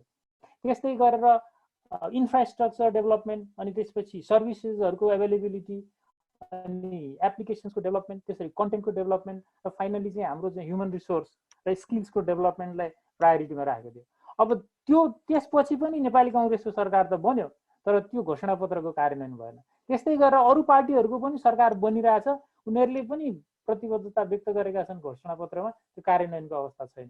भनेपछि फन्डामेन्टल प्रब्लम भनेको के हो भन्दाखेरि हामीले आफैले नीतिगत व्यवस्था मार्फत गरेका घोषणाहरू कार्यान्वयन गर्न नसक्नु सबभन्दा ठुलो चुनौती हो। अब जस्तो तपाईँको सन् 2009 देखि हामीले यो डिस्ट्रिक्ट अप्टिकल फाइबर नेटवर्कको अवधारणा लिएर आएको प्राधिकरणले, तर अब अहिलेसम्म पनि त्यो चाहिँ पुरा भएको छैन। हामीले कन्ट्र्याक्ट गरेको पनि 3-4 वर्ष भइसक्यो, तर अब अहिलेसम्म राम्रोसँग काम सुरु भएको छैन। अब हामीले चाहिँ ब्रडब्यान्ड नेटवर्क सबै ठाउँमा पुर्याउने भनेर करिब 41 जिल्लाको चाहिँ ब्रडब्यान्ड नेटवर्क परियोजनाहरू सकिएको अवस्था छ, कम्प्लिट भएको अवस्था छ। तर त्यसको गुणस्तर, त्यसको क्षमता र त्यसको चाहिँ स्केलेबिलिटी, अब अहिले त अनलाइन सबै चिज अनलाइनमा जानुपर्ने अवस्था देखिसकेपछि के बुझ्नु पर्यो भन्दाखेरि त्यो 512 अथवा 1 MBPS त कुनै पनि हालतमा सफिसियन्ट भएन नि भन्ने कुरा देखिँदाखेरि अब त्यो नेटवर्क चाहिँ स्केलेबल छ कि छैन त, क्षमता चाहिँ बढी चाहियो भने उनीहरूले दिन सक्छ कि सक्दैन भन्दाखेरि सक्दैन। किन भन्दाखेरि मुख्य पूर्वाधार जोसँग अनलिमिटेड क्षमता हुने पूर्वाधार हामीले कल्पना गरेका थियौँ अप्टिकल फाइबर नेटवर्कको, त्यो कामै भएन। भनेपछि आइएसपीहरूले गरेको जुगाड चाहिँ वायरलेस नेटवर्कबाट त्यो क्षमताहरू हामी स्केल गर्न सक्दैनौँ। भनेपछि कार्यक्रमहरू छ, नीतिहरू छ, र सबभन्दा ठुलो कुरा चाहिँ कमिटमेन्टको कुरा, पोलिटिकल कमिटमेन्टको, ब्युरोक्रेटिक कमिटमेन्टको र दण्डहीनताको कुरा भयो। जसले कमिट गरेको छ त्यसले त पुरा गर्नुपर्छ भन्ने मान्यता चाहिँ नेपालमा कहिले पनि स्थापित भएन। कुनै पनि पार्टीको सरकार आयो, धेरै पार्टीका सरकारहरू आए। अब तपाईँ म 14 वर्षको एनटिएको इतिहासमा मैले 18 जना मन्त्री, 18 जना जति नै सचिवहरू परिवर्तन भएको चाहिँ त्यति मान्छेसँग मैले काम गरेको छु। भनिसकेपछि अब एभरेज भनेको त एक वर्षभन्दा कम हुँदो रहेछ। जो मान्छे नन टेक्निकल मान्छे त्यहाँ मन्त्री भएर आउँछ, नन टेक्निकल मान्छे सचिव भएर आउँछ, उसले यो क्षेत्र बुझ्नलाई अभियसली समय लाग्छ र प्रायोरिटिजहरू, अब पोलिटिकल प्रायोरिटिजहरू फरक हुन्छ। भनिसकेपछि अब यो क्षेत्रलाई सुधार गर्ने, यसका समस्याहरू बुझ्ने, यसका चुनौतीहरू सामना गर्ने कुराहरू चाहिँ त्यति सहज चाहिँ मैले देख्दिनँ। त्यसमाले डाक्टर राजीवकै कुरालाई भन्दाखेरि दुईटा कुरा, ट्रस्ट अन द गभर्मेन्ट र commitment from the government is the first prerequisite for this sector to develop. किनभने हामीसँग एकदम रिसोर्स पनि छ, हामीसँग क्षमता पनि छ, हामीसँग अन्तर्राष्ट्रिय अनुभव पनि छ, अन्तर्राष्ट्रिय निकायहरूले हामीलाई सहयोग पनि गरिरहेका छन्। जस्तो यो सेक्टरमा वर्ल्ड ब्याङ्क आयो, एडिबी आयो, आइटियूको सहयोग छ, मल्टिल्याटरल अर्गनाइजेसन्सहरूको सहयोग छ, सबै सहयोग दिनलाई तयार छन्। तर हामीसँग आफैसँग पनि ल्याएका परियोजनाहरू, जस्तो अहिले डिजिटल नेपाल फ्रेमवर्कको कुरा आयो, 1 कन्ट्री 8 सेक्टर्स 80 इनिसिएटिभ्स भनेर तपाईँले चाहिँ 80वटा कार्यक्रमहरू देख्नुहुन्छ।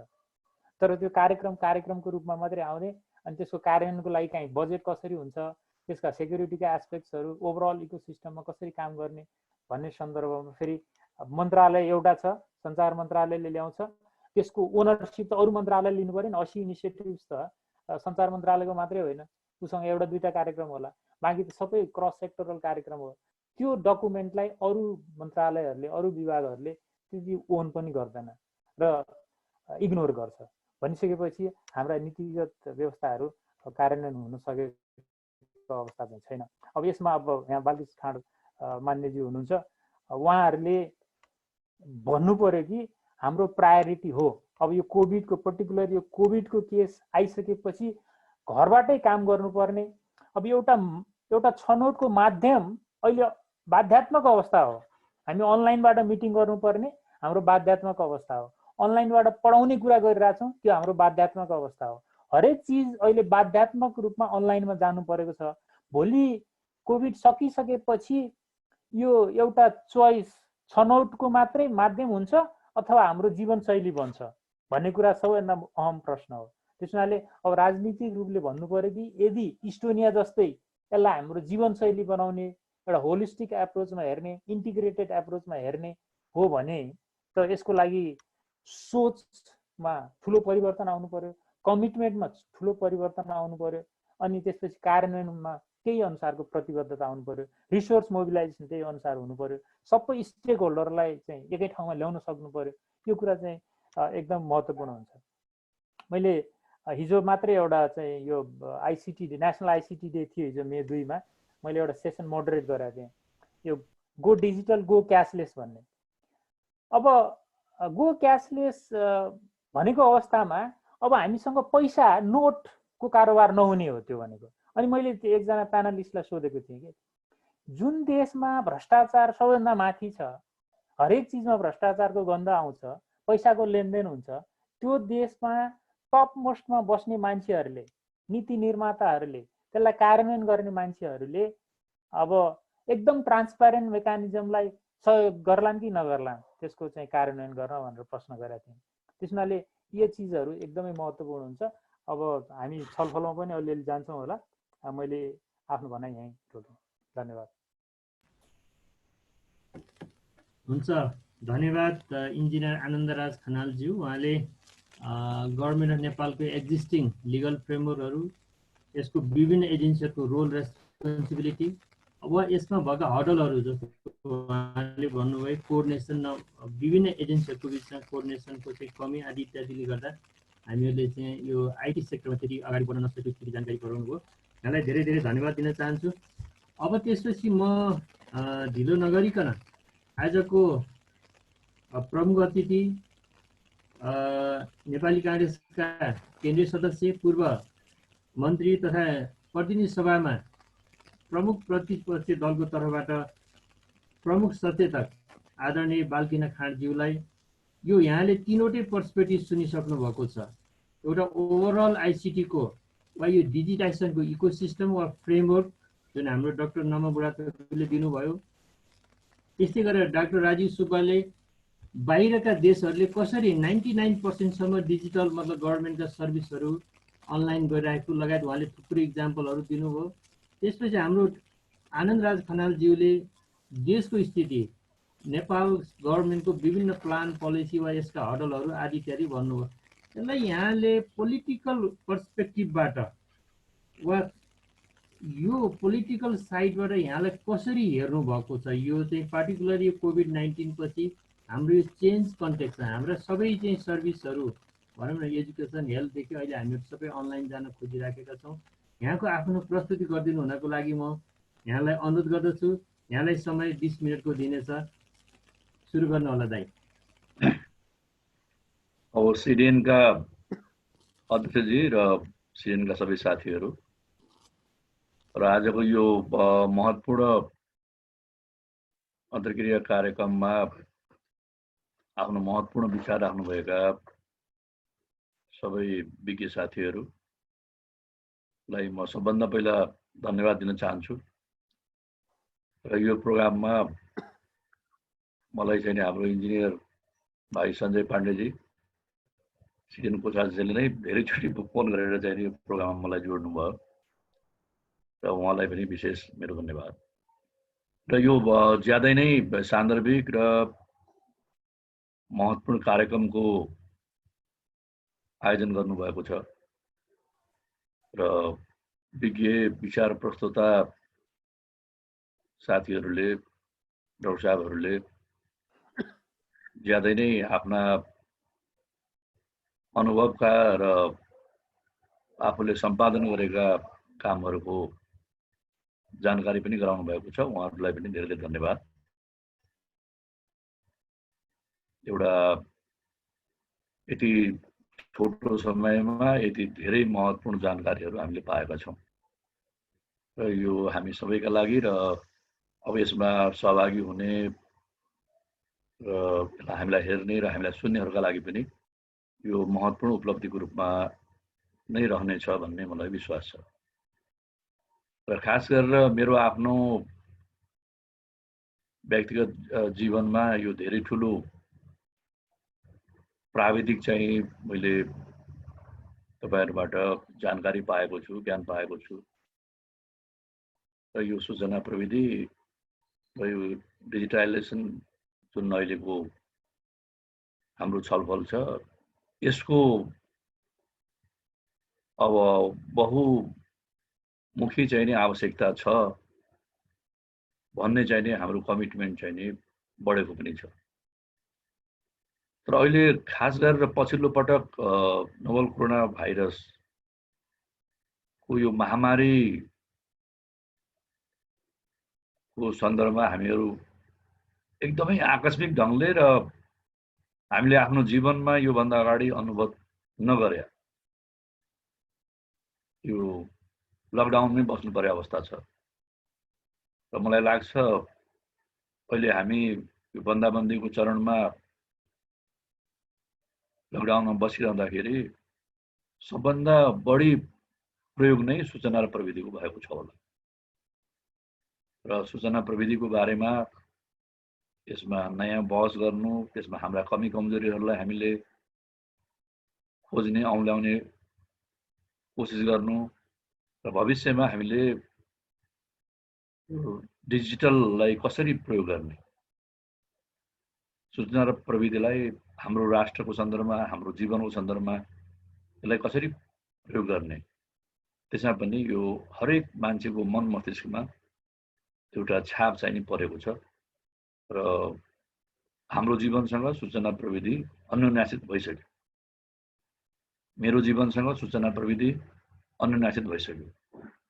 जसरी मान्छेको लागि शिक्षा, स्वास्थ्य, आवास र सुरक्षा अपरिहार्य छ, त्यस्तै सूचना र प्रविधि पनि अपरिहार्य भइसक्यो भन्ने अनुभूति अहिले भएको होला। म यहाँहरूलाई स्मरण गराउन चाहन्छु, 2007 सालको जनक्रान्तिमा त्यतिखेर प्रजातन्त्र रेडियोको स्थापना भयो।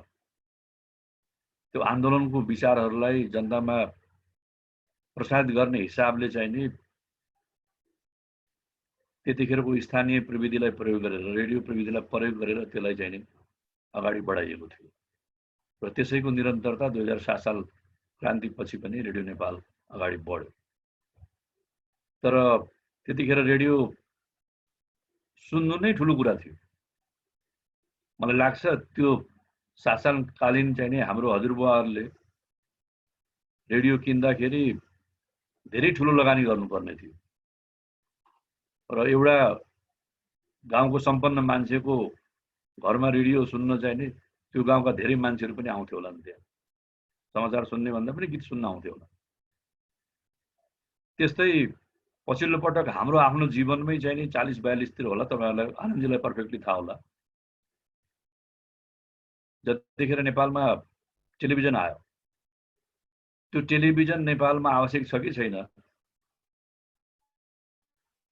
बहुदल आइसकेका थिएन, प्रजातन्त्र पुनर्स्थापना भइसकेका थिएन, पञ्चायतकै पालोमा आएको हो। राष्ट्रिय पञ्चायतमा ठुलो बहस भयो।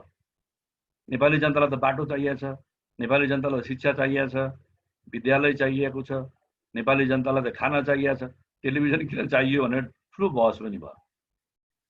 र त्यतिखेर टेलिभिजन ल्याउनेहरू भन्दा टेलिभिजन आएकोमा विरोध गर्नेहरू लोकप्रिय थिए, त्यो कुरा हामीले बिर्सनु हुँदैन। त्यस्तै पछि मेरो आफ्नो विद्यार्थी कालमै मैले टेलिफोन गर्नलाई दूरसञ्चारमै पुगेर त्यहाँ लाइन बसेर टेलिफोन गर्नु पर्यो। पछि 2056 सालको पछिल्लो आम निर्वाचन सम्पन्न भइसकेपछि कृष्णप्रसाद भट्टराई प्रधानमन्त्री बन्दाखेरि मोबाइल फोन आयो। तर फेरि म आनन्दजीको नाम लिएँ। त्यो मोबाइल आउँदाखेरि पनि त्यतिखेर हाम्रो नेपालको काठमाडौँमा सार्क स्तरीय चाहिँ नि हाम्रो खेलकुद भइरहेको थियो।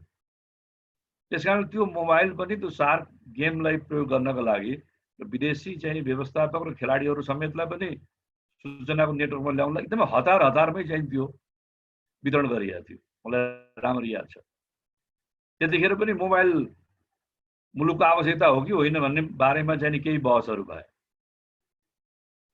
तर अहिले हामीलाई कम्फर्ट के छ भने राज्यलाई पनि, राजनीतिक पार्टीहरूलाई, नेतालाई या सरकारलाई, राज्यलाई या हाम्रो आदरणीय प्राविधिकहरूलाई या यो सूचना प्रविधि क्षेत्रमा चाहिँ काम गरिरहेकाहरूलाई पनि अहिले त हामी सबैलाई चाहिँ नि यो अनुभूति भयो नि। अघि तपाईहरुले पनि उदाहरण दिनुभयो, स्क्यान्डिनेभियन मुलुकहरुमा चाहिँ नि अहिले बढी त्यहाँ डिजिटलको प्रयोग गरिरहेको छ, सूचना प्रविधिको प्रयोग गरिरहेको छ। र अहिले बाटोमा हिँडिरहेको एउटा मान्छेले त्यसले चाहिँ अर्को मान्छेलाई सोशल डिस्टेन्सिङमा चाहिँ अवरोध गरिरहेको छ कि छैन? हिँडिरहेका मान्छेले खोकिरहेको छ कि छैन? हिँडिरहेका मान्छेको चाहिँ श्वास प्रश्वासमा चाहिँ त्यसको नर्मल भन्दा एबनर्मल अवस्था छ कि छैन? या बाटोमा हिँडिरहेका मान्छेको टेम्परेचर कति छ त? सूचना प्रविधिको माध्यमबाटै चाहिँ तपाईलाई यहाँ कन्ट्रोल रुममा बसिरहेका चाहिँ प्राज्ञहरूले थाहा पाउँछन्, प्राविधिकहरूले थाहा पाउँछन्। त्यस्तै हाम्रै सबभन्दा नजिकको चाहिँ मुलुक सिङ्गापुरमा पनि यसलाई चाहिँ नियन्त्रण गर्ने क्रममा सूचना प्रविधिको प्रयोग सबभन्दा महत्त्वपूर्ण रूपमा आएको थियो। को मान्छे चाहिँ सिङ्गापुरमा आयो, को मान्छे सिङ्गापुरबाट बाहिरियो, कुन मान्छे आइसकेपछि कुन गाउँमा गयो, कुन टोलमा गयो र त्यसले चाहिँ कसलाई भेट्यो, त्यसको चाहिँ नेटवर्कभित्र सूचना प्रविधिले महत्त्वपूर्ण काम गरेको थियो। त्यसले गर्दाखेरि अब हाम्रो नेपालको विकास निर्माण या नेपालको चाहिँ प्रगतिका लागि पनि अब यो सूचना प्रविधि एउटा महत्त्वपूर्ण अङ्ग भइसक्यो।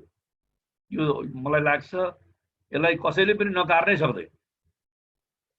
सुरुमा समस्या चाहिँ केही नीतिगत समस्या नीतिगत समस्याहरू पनि थियो होला र राजनीतिक पार्टीले आफ्नो घोषणापत्रमा दस्तावेजहरूमा सूचना प्रविधिलाई चाहिँ राखे हो, किन सूचना प्रविधि राख्ने क्रममा घोषणापत्र बनाउने बेलामा त जम्मै प्राविधिकहरू मिलेर बनाइन्छ र पार्टीका चाहिँ विज्ञहरू, पार्टीका चाहिँ एक्सपर्टिजहरू लगायत अन्य आमन्त्रित साथीहरूसँग पनि सल्लाह गरेर तपाईहरुसँग सल्लाह गरेर घोषणापत्र हामीले सबैले बनाउँछौँ, सबै पार्टीले बनाउँछौँ। तर कार्यान्वयन गर्ने क्रममा जसले घोषणापत्र चाहिँ ड्राफ्टिङ गर्ने क्रममा चाहिँ हामीलाई मद्दत गरेर आउँछ, कार्यान्वयन गर्ने बेलामा उहाँहरूलाई चाहिँ हामीले खासै सम्झिनौँ क्या कार्यान्वयन गर्ने क्रममा। अनि त्यसपछि कार्यान्वयनको तहमा को लिड गरेको छ, कसले बसेको छ। सुरुमा त त्यो घोषणापत्र लेख्ने मान्छे नै त्यहाँ बसेको हुँदैन, विभिन्न कारणले त्यहाँ नयाँ मान्छेले त्यो लिड गरेर हुन्छ। अब उसलाई बुझाउनै समय लाग्छ। अब बुझ्ने बेलामा चाहिँ त्यहाँ फेरि अर्को आइसकेको हुन्छ विभिन्न परिस्थितिको कारणले गर्दाखेरि। त्यसले गर्दा जुन चाहिँ गतिमा हामीले यसलाई प्रयोग गर्नुपर्ने हो त्यसमा चाहिँ केही समस्याहरू छन्। तर मलाई लाग्छ अहिले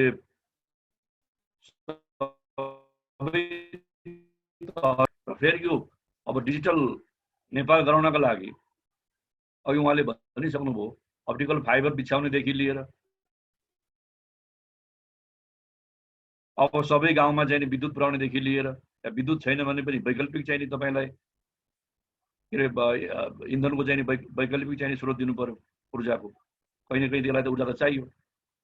र म अब यता भन्न चाहन्थिनँ र विगत केही समय चाहिँ नेपालमा प्रजातन्त्रको पुनर्स्थापना भइसकेपछि झन्डै 10 वर्षपछि नै चाहिँ नेपालमा फेरि द्वन्द्वात्मक चाहिँ राजनीतिको सुरुवात भयो, जसले गर्दा भौतिक पूर्वाधारलाई सबभन्दा ठुलो प्रहार गर्यो। अहिले पनि म यसै तपाईँहरूको प्रोग्रामबाट पनि भन्न चाहन्छु र माओवादीकै क्रान्तिकारी समूह भनेर चाहिँ क्रान्ति सुरु गर्नु भएको छ विप्लवजीले, उहाँको सबभन्दा ठुलो निशाना चाहिँ अहिले पनि टेलिफोनको टावरहरू छ। अहिले पनि उहाँको चाहिँ तीव्र प्रहार चाहिँ तपाईँलाई सूचना प्रविधि माथि नै छ। त्यहाँलाई सूचना प्रविधि उहाँलाई पनि चाहियो, राजनीतिक परिवर्तनका लागि पनि चाहियो, विद्रोहको लागि पनि चाहियो र यो महामारीबाट सबै जनताको सुरक्षाको लागि पनि चाहियो, राष्ट्रिय सुरक्षाको लागि चाहियो। त्यस कारणले आन्दोलनकारी शक्तिले पनि सबभन्दा पहिला चाहिँ टेलिफोनकै टावर भत्काउँछ, विद्रोही शक्तिले पनि टेलिफोनकै टावर भत्काउँछ। त्यसले गर्दाखेरि यो सूचना र प्रविधिमा यो तपाईँलाई केबल बिछाउनको लागि पनि धेरै ठुलो समस्या भयो। पूर्व मेचीदेखि पश्चिम महाकालीसम्म जिल्ला सदरमुकामहरूलाई केबलले जोड्ने, फाइबर अप्टिकल चाहिँले जोड्ने भन्दाखेरि पनि थुप्रै समस्याहरू भए। तथापि त्यो चाहिँ अब आउने दिनमा अगाडि बढाउनु जरुरी छ भन्ने नै आग्रह गर्न चाहन्छु। खास गरेर अब भविष्यमा चाहिँ एउटा पार्ट भइसक्यो यो सूचना प्रविधि र डिजिटलाइजेसन चाहिँ एउटा पार्ट भइसक्यो जस्तो लाग्छ मलाई। र त्यसमा चाहिँ नि अब तपाईहरुले भन्दाखेरि पहिला चाहिँ नि अब आम जनताले मात्रै होइन कि यो डिस्ट्रिक्ट पोजिसनमा बसेहरूले पनि थोरै बुझ्ने या ढिलो बुझ्ने या यसमा चाहिँ नि पहिलो प्राथमिकता नदिने अवस्थाहरू थिए पहिला, नभएको होइन, फ्याक्ट हो। तर अहिले त के हो भन्दा यो सबैको लागि यो अपरिहार्य भइसक्यो, सबैको लागि नै आफ्नो जीवनसँग अन्तर्निहित भइसक्यो। त्यसकारणले पोलिटिकल्ली पनि यसलाई फुल कमिटमेन्टका साथै अगाडि लानुपर्ने हुन्छ। जसरी तपाईहरुले विभिन्न देशको चाहिँ उदाहरण दिनुभयो त्यसरी नै पनि हामी जानु जरुरी छ। र त्यसको साथसाथै अब यसमा भएका अझ हामीलाई अहिले एउटा के अब सम्भावना अझै थपियो भन्दाखेरि यसका चाहिँ नि ड्रब्याक्सहरू के हुन् त, यसका कमजोरीहरू के हुन् त, त्यसलाई पनि अहिलेदेखि नै हामीले चाहिँ नि पूर्ण सावधानीका साथ अगाडि लान सकियो। साइबर सेक्युरिटी भने त नेसनल सेक्युरिटी हो भनेर भन्नुभयो, बडो महत्त्वपूर्ण कुरा भन्नुभयो अघि। किनकि हामीले अनलाइनमै गयौँ, साइबरमै गयौँ, सूचना प्रविधिकै माध्यमबाट गयौँ, तर त्यसको चाहिँ नि समुचित सुरक्षाको प्रबन्ध गर्न सकेन भने त फेरि जीवन ठप्प हुने भयो, फेरि लकडाउन हुने भयो छोटो समयको लागि, त्यसले अर्को हेबक क्रिएट गर्ने भयो। त्यसले गर्दा अहिले हामीले साथै नै त्यो लिएर जान सकिने पनि सम्भावना भयो। अहिले जति छ त्यसलाई प्रयोग गरौँ। अब जसरी भूकम्पको बेलामा अब तपाईँहरूले जुन अब त्यहाँ देखाउनु भयो हाम्रो बुढाथोकीजीले र साथीहरूले, र त्यो चाहिँ नि प्रविधिहरूलाई अहिले हामीले यो कोभिडको बेलामा प्रयोग गरेका छौँ कि छैनौँ। त्यतिखेर त भूकम्प गएको एउटा सुनिश्चित एरियामा चाहिँ नि हामीले गर्दा हुन्थ्यो, तर त्योभन्दा अहिले चाहिँ नि हाम्रो सूचना प्रविधि अझै बढ्ता चाहिँ नि जनजीवनमा चाहिँ नि भिजेको छ। किन त्यतिखेर जति मोबाइल फोन थियो, जति चाहिँ नि सूचना प्रविधिको चाहिँ नि कनेक्सनमा हुनुहुन्थ्यो होला नेपाली जनता, अहिले त्योभन्दा बढी छ। र अहिले फेरि यो महामारीको चाहिँ नि फेरि कुनै एउटा निश्चित भूभागमा मात्रै होइन, हामीले चाहिँ ठुलो भूभागमा हाम्रो सम्पूर्ण देशकै भूभागलाई चाहिँ कभरेज गर्नु परेको छ। अब त्यसरी लाने क्रममा पनि चाहिँ नि अगाडि बढ्न जरुरी देखेँ मैले चाहिँ तपाईँहरूकै महत्त्वपूर्ण कुराहरू सुनेर। अब त्यसको साथसाथै चाहिँ नि अब यो कोभिड-19 या यो कोरोना भाइरस यो सर्टेन टाइमको लागि भुइँचालो भन्दा मैले चाहिँ नि यो कतिवटा सरकारी स्तरका मिटिङमा पनि छलफलमा भाग लिने मौका पाएँ। तर हामी डिसिसन मेकिङमा बसेकाहरूले मैले अरूलाई किन दोष लाउँ, र खास गरेर चाहिँ राजेश महेन्द्र चलाएकाहरूले यो भुइँचालो जस्तै मान्नुभयो कि यो महामारीलाई। भुइँचालो आयो, एकचोटि के अरे घर भत्कियो, अनि केही मान्छेहरू चाहिँ हताहत भए, केही मान्छेहरू घाइते भए, उपचार गरौँ, उद्धार गरौँ, राहत बाँडौँ। अहिले यो के अरे महामारी पनि केही यो समयको लागि आयो, फेरि चाहिँ प्रकम्पन जस्तै यसले हल्लाउँछ। यो त दिनानुदिन नियन्त्रण नभएसम्म त बढ्दै नै गएको छ। नेपालको पनि हेऱ्यो भने बढ्दै गइरहेको छ। त्यसै हाम्रो छिमेकी मुलुक चाहिँ नि भारतको पनि बढ्दै गइरहेको छ। त्यसले गर्दाखेरि हामीले अहिले हामीसँग उपलब्ध भएको चाहिँ नि यो डिजिटल पद्धतिलाई या सूचना प्रविधिलाई कसरी चाहिँ नि अझै पनि जनतालाई सजग गराउन, जनतालाई जागरुक बनाउन, र सरकारलाई पनि सूचनाहरू सङ्कलन गर्न, या सबैलाई चाहिँ इन्डिकेट गरेर त्यो सूचनाले चाहिँ नि एउटा यो कोभिड नियन्त्रण र व्यवस्थापनमा एउटा महत्त्वपूर्ण भूमिका निर्वाह गर्छ। तापनि अहिले पनि हामीले समय चाहिँ नि हाम्रो प्रविधिलाई त्यतापट्टि केन्द्रीकृत गर्न जरुरी छ जस्तो लाग्छ मलाई। र यो ज्यादा नै अब भविष्यमा चाहिँ हामीले कसरी गर्ने, तत्काल कसरी गर्ने, र अहिलेकै स्थितिको सामना गर्न पनि हामीले कसरी यसलाई अगाडि बढाउनु। अब यो जबसम्म चाहिँ नि हामीले सूचना प्रविधि बुझिया हुँदैन, यो हाम्रो लागि कम्प्लेक्सै हो। तर यसलाई बुझिसकेपछि हाम्रो जीवनमा चाहिँ नि यो आदत जस्तो भइसकेपछि त यो त सबैभन्दा सजिलो पनि हो। र त्यसका लागि हामीले अहिले पनि अघि तपाईँहरूले भन्नुभयो कि गाउँका मान्छेहरूले आफ्नो चाहिँ नि गाउँको केन्द्रहरूको चाहिँ नि के अरे सूचना चाहिँ नि आफैले पनि त्यहाँ चाहिँ फिडब्याक दिन सकिन्छ। त्यस्तै अब अहिले त हरेक गाउँपालिकामा, हरेक वडामा, हरेक गाउँहरूमा विद्यालयहरू छ।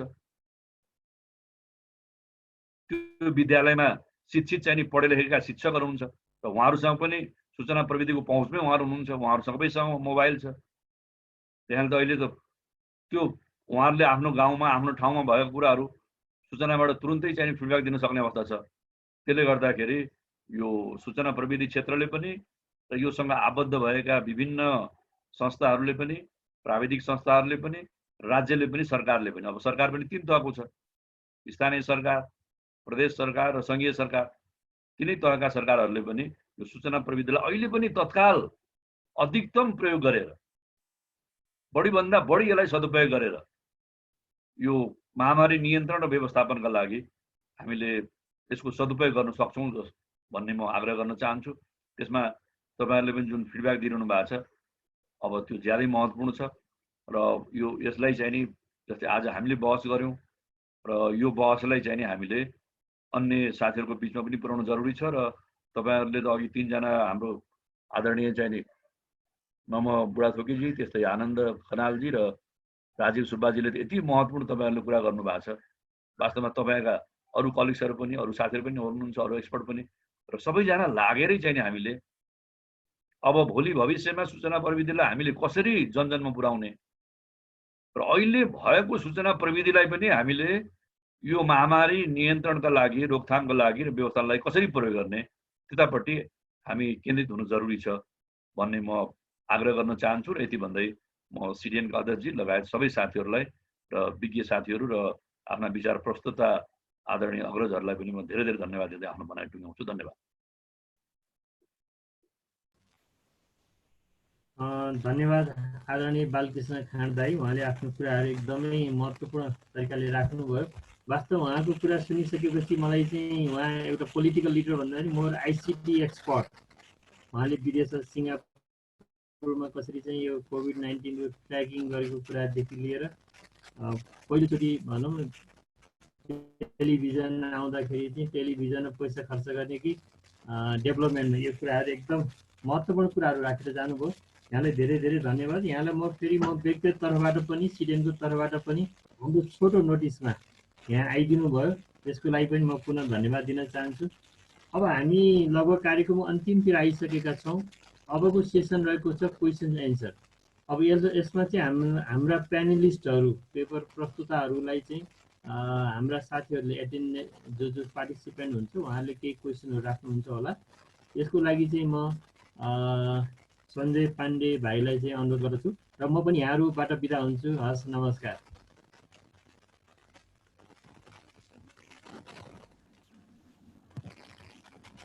धन्यवाद सिडिएनको अध्यक्ष लक्ष्मण केसीज्यू। यहाँ एकजना पार्टिसिपेन्टले आफ्नो क्वेसन ह्यान्ड रेज गरिसक्नु भएको छ। म उहाँलाई निम्ताउन चाहन्छु यस फोरममा।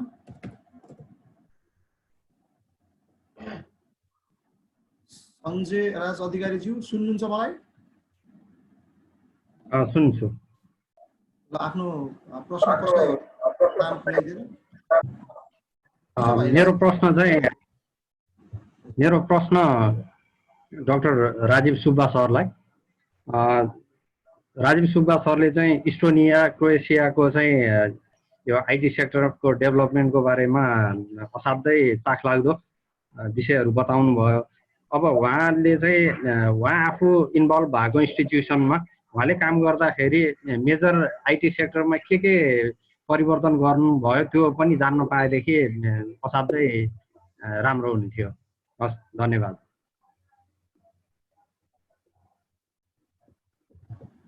म एकैचोटि सबै पार्टिसिपेन्टको क्वेरी लिएर मात्रै हाम्रो प्यानलिस्टहरूलाई उहाँलाई एड्रेस गर्न अनुरोध गर्न चाहन्छु। म अर्को एटेन्डिजको पनि एउटा क्वेरी राख्न गइरहेको छु।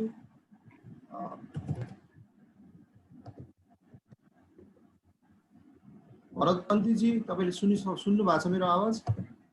सुनिरहेको छु मैले। आफ्नो प्रश्न राख्नुहोस्।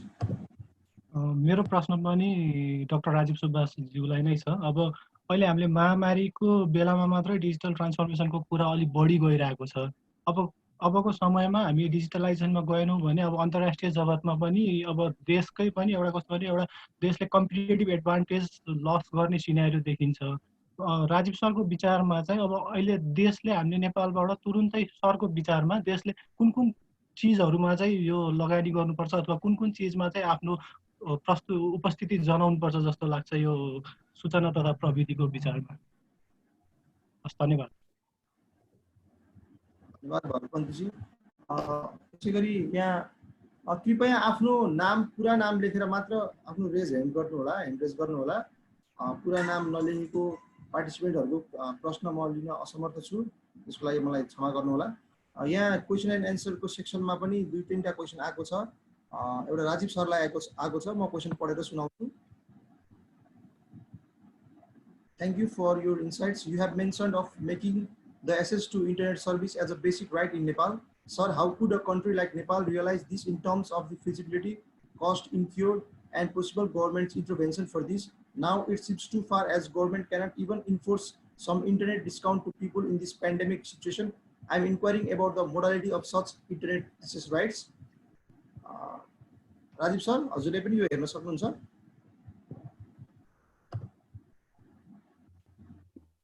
हेरिरहेको छु। त्यसै गरी नम सरलाई पनि एउटा क्वेसन छ। राजेन्द्र दुलालजीले प्रश्न राख्नु भएको छ। Thank you for your wonderful presentation. The key point you have made in the presentation is to create an ecosystem in this digital sphere. I would like to know if there has been any impressive start lately here in Nepal for creating such ecosystem, or we are lagging far behind. What could be the way ahead? Dr. Namal Burathaki sir. यसै गरी अरू question पनि आएको छ, म अरू query पनि राख्न चाहन्छु। आनन्दराज खनाल सरलाई पनि एउटा क्वेरी छ।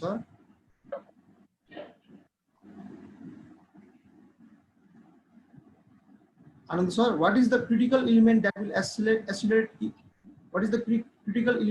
accelerate equality and equity of opportunity for women in ICT? उहाँ चाहिँ सरोज छेत्रीजीले सोधिराख्नु भएको छ हजुरलाई यो प्रश्न। त्यस्तै गरी राजीव सरलाई फेरि अर्को क्वेसन छ। How do you think the consequences of COVID-19 on the world will affect the achievement of the SDGs, in particular in ICT sector? यो चाहिँ हाम्रो शोभित थापाजीले सोध्नु भएको छ। पहिला एन्सरहरु दिउँ है, यो सबै धेरै मिक्स हुन्छ। सुन्छ है? मिक्स हुन्छ, बिर्सिहाल्छ नि। त्यसो भए हाम्रो सरबाटै सुरु गरौँ। आनन्द सर।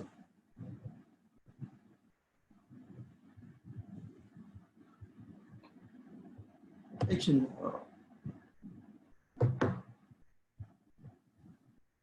एउटा वुमेनको इक्विटी र इक्वालिटीको कुरा छ डिजिटल पार्टिसिपेसनमा।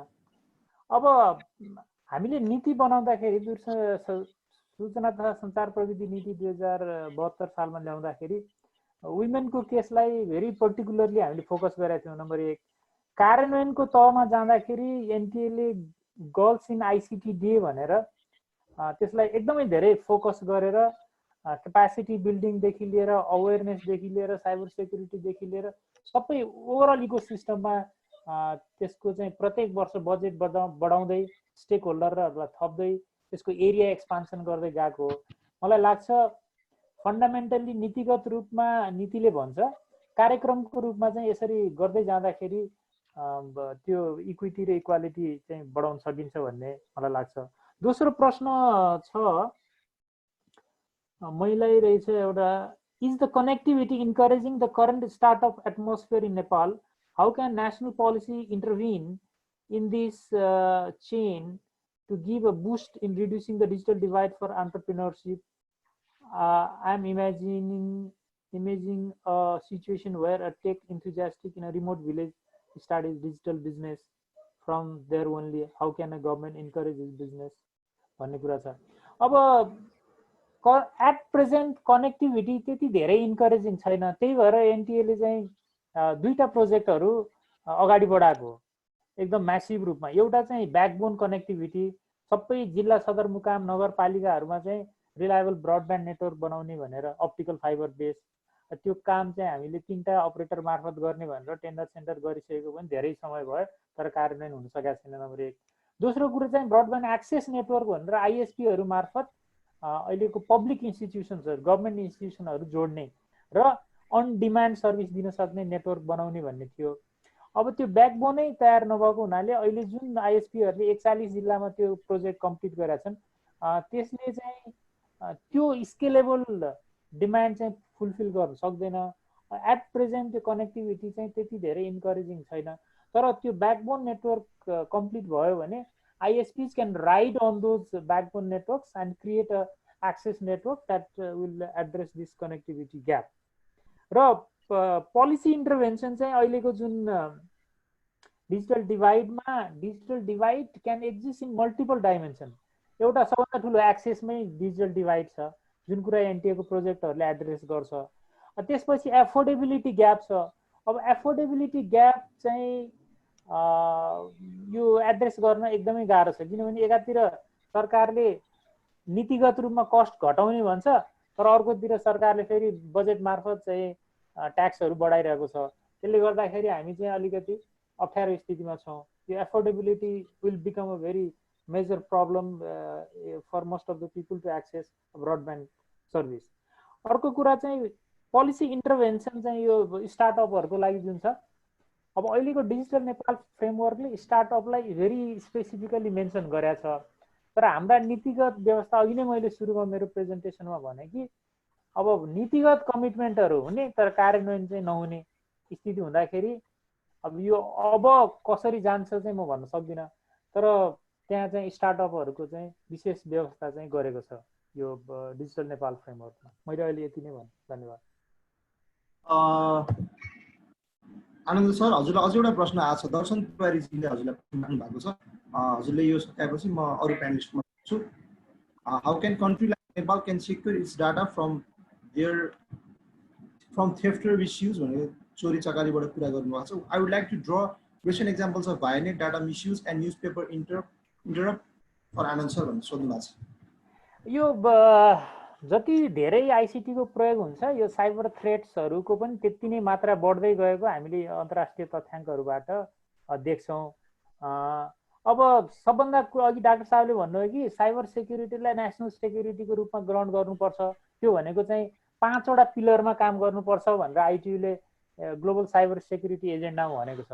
पहिलो चाहिँ लिगल मेजर्स भन्छ कि हामीसँग साइबर क्राइम सम्बन्धी कानुनहरू छ कि छैन, एउटा सब्स्ट्यान्टिभ ल एउटा चाहिँ प्रोसिजरल ल छ कि छैन भन्दाखेरि अहिले खासै छैन। खालि त्यो दफा 47 इलेक्ट्रोनिक ट्रान्ज्याक्सन एक्टको दफा 47 आकर्षण गरेर कारबाही गर्ने कामहरू मात्रै भएको छ। त्यो पनि फेसबुकमा लेख्यो, सामाजिक सञ्जालमा लेख्यो भने। त्यसैले त्यो कानुन साइबर क्राइमसँग रिलेटेड कानुन भन्दा पनि अर्कै खालको चाहिँ कानुन हो भन्ने धेरैको बुझाइ छ। त्यसैले हामीले पहिला कानुन बनाउनु पर्यो। त्यसको लागि सबभन्दा पहिला नेसनल स्ट्राटेजी बनाउनु पर्यो। साइबर सेक्युरिटीमा के हो national strategy, how it is link to national security भन्ने बुझाउनु पर्यो। दोस्रो डाइमेन्सन भनेको चाहिँ टेक्निकल स्ट्यान्डर्ड्सहरू। अब जस्तो म फाइनेन्सियल सर्भिस दिइरहेको छु भने नेपाल राष्ट्र ब्याङ्कले फाइनेन्सियल सर्भिस दिनको लागि चाहिने टेक्निकल स्ट्यान्डर्ड्सहरू चाहिँ बताइदिनु पर्यो कि ब्याङ्कहरूले फाइनेन्सियल इन्स्टिट्युसनले यो स्ट्यान्डर्ड मेन्टेन गर्नुपर्छ, यो कम्प्लायन्स हुनुपर्छ भनेर उसले भनिदिनु पर्यो। अनि त्यसको मोनिटरिङ, त्यसको अडिट हुनु पर्यो। तेस्रो डाइमेन्सन भनेको त इन्स्टिट्युसन्सहरू छ कि छैन, जस्तो नेपाल कम्प्युटर इमर्जेन्सी रेस्पोन्स टिमहरू छ कि छैन, अब कसले चाहिँ गर्ने इन्स्टिट्युसन अर्गनाइजेसन लेभलमा त्यस्ता सर्टहरू छ कि छैन भन्ने कुराहरू। तेस्रो चौथो भनेको चाहिँ क्यापासिटी बिल्डिङ। अब हामी अब जस्तो भनौँ न अहिले जुममा हामी मिटिङ बसिरहेछौँ, हामीलाई यो जुममा भएको रेकर्ड कहाँ हुन्छ, यसको सेक्युरिटी के हुन्छ भन्ने कुरा त हामीलाई एज अ युजर थाहा छैन भनेपछि हामीले यो पनि कुराहरू बुझ्नुपर्छ है। अब 5औं लेभल भनेको चाहिँ कोअपरेसन हो। इन्टरनेसनल यो त क्रस बोर्डर हुन्छ। एउटा देशमा बसेर अर्को देशको चाहिँ क्रिटिकल इन्फ्रास्ट्रक्चरमै फिजिकल एट्याक गर्न सक्ने स्थिति अहिले आइसकेको छ। जस्तो युक्रेनमा 2016मा के भयो भन्दाखेरि त्यहाँको इलेक्ट्रिकल ग्रिडमा एट्याक भयो, ग्रिडबाट चाहिँ त्यो सिस्टमबाट चाहिँ हटाइयो भनेपछि त्यहाँ डार्क भयो क्या। यस्तो क्रिटिकल इन्फ्रास्ट्रक्चर एट्याक जहाँ पनि हुनसक्छ, फाइनेन्सियल सिस्टममा हुनसक्छ, हेल्थ सिस्टममा हुनसक्छ, इलेक्ट्रिकल सिस्टममा हुनसक्छ, त्यस्तै गरेर टेलिकम आइएसपी सबैमा हुनसक्छ। त्यसैले यसमा हाम्रो तयारी हुनुपर्छ। त्यसको लागि इन्टरनेसनल कोअपरेसन, हाम्रो कोअर्डिनेसन, एजेन्सीहरूको बिचमै कोअर्डिनेसन छैन। जस्तो डिजिटल नेपाल फ्रेमवर्क आयो, त्यहाँ त 80वटा इनिसिएटिभ भनेको 8वटा एटलिस्ट 8वटा चाहिँ मिनिस्ट्रीसँग रिलेटेड छ। तर त्यो 8वटा मिनिस्ट्रीले त्यो फ्रेमवर्कलाई ओन गरेको छ कि छैन, are the committed to implement that is very critical. त्यसले गर्दाखेरि यो कुरा भयो भने हामी साइबर सेक्युरिटीमा अगाडि बढ्न सक्छौँ। 5वटा पिलरमा प्यारलली अगाडि बढ्नुपर्छ। Thank you. एकजना एटेन्डिजको क्वेरी राख्न चाहन्छु। विनोद कुमार पाण्डेजी हुनुहुन्छ। विनोद कुमार पाण्डेजी सुन्न सक्नुहुन्छ? विनोद कुमार पाण्डेजी, हेलो।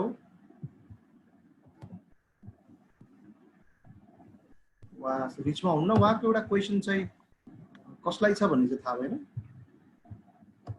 अब अर्को एउटा क्वेसन चाहिँ हाम्रो राजीव सरलाई नै छ।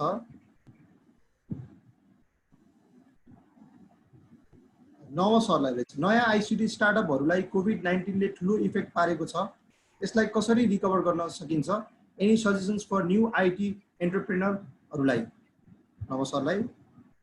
अरू क्वेसन लगभग राजीव सरलाई। How do you think the consequences of कोभिड-19 on the world will affect the achievement of the SDGs in particular in ICT sector? यो त मैले अघि नै पनि रिपिट गरेको क्वेसन।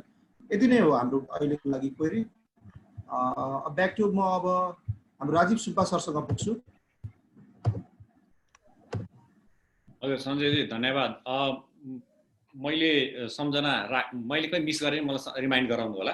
पहिला मैले सञ्जयजीले अघि मलाई सोध्नु भएको थियो म जहाँ काम गरेँ त्यहाँ के गर्नुभयो भन्ने कुरामा चाहिँ अब काम त मैले धेरै गरेँ जस्तो लाग्छ, तर केही कामहरू गरेँ जसले मलाई राष्ट्रिय स्तरमा परिचय पनि गरायो।